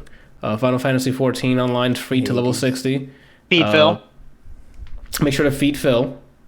Hades is fantastic. Play for Hades. What am I missing? Anything? GC Koku sucks. Don't forget to purchase your Guy Ferrari. Make sure to get yourself a Guy Ferrari. Anything else we want to let these people know? Shotgun, make sure the cock isn't too long. That's This was a true. good episode. Pick your Whopper off the floor. Yes, please, and do not deny it. All right, you guys have a good night. Later.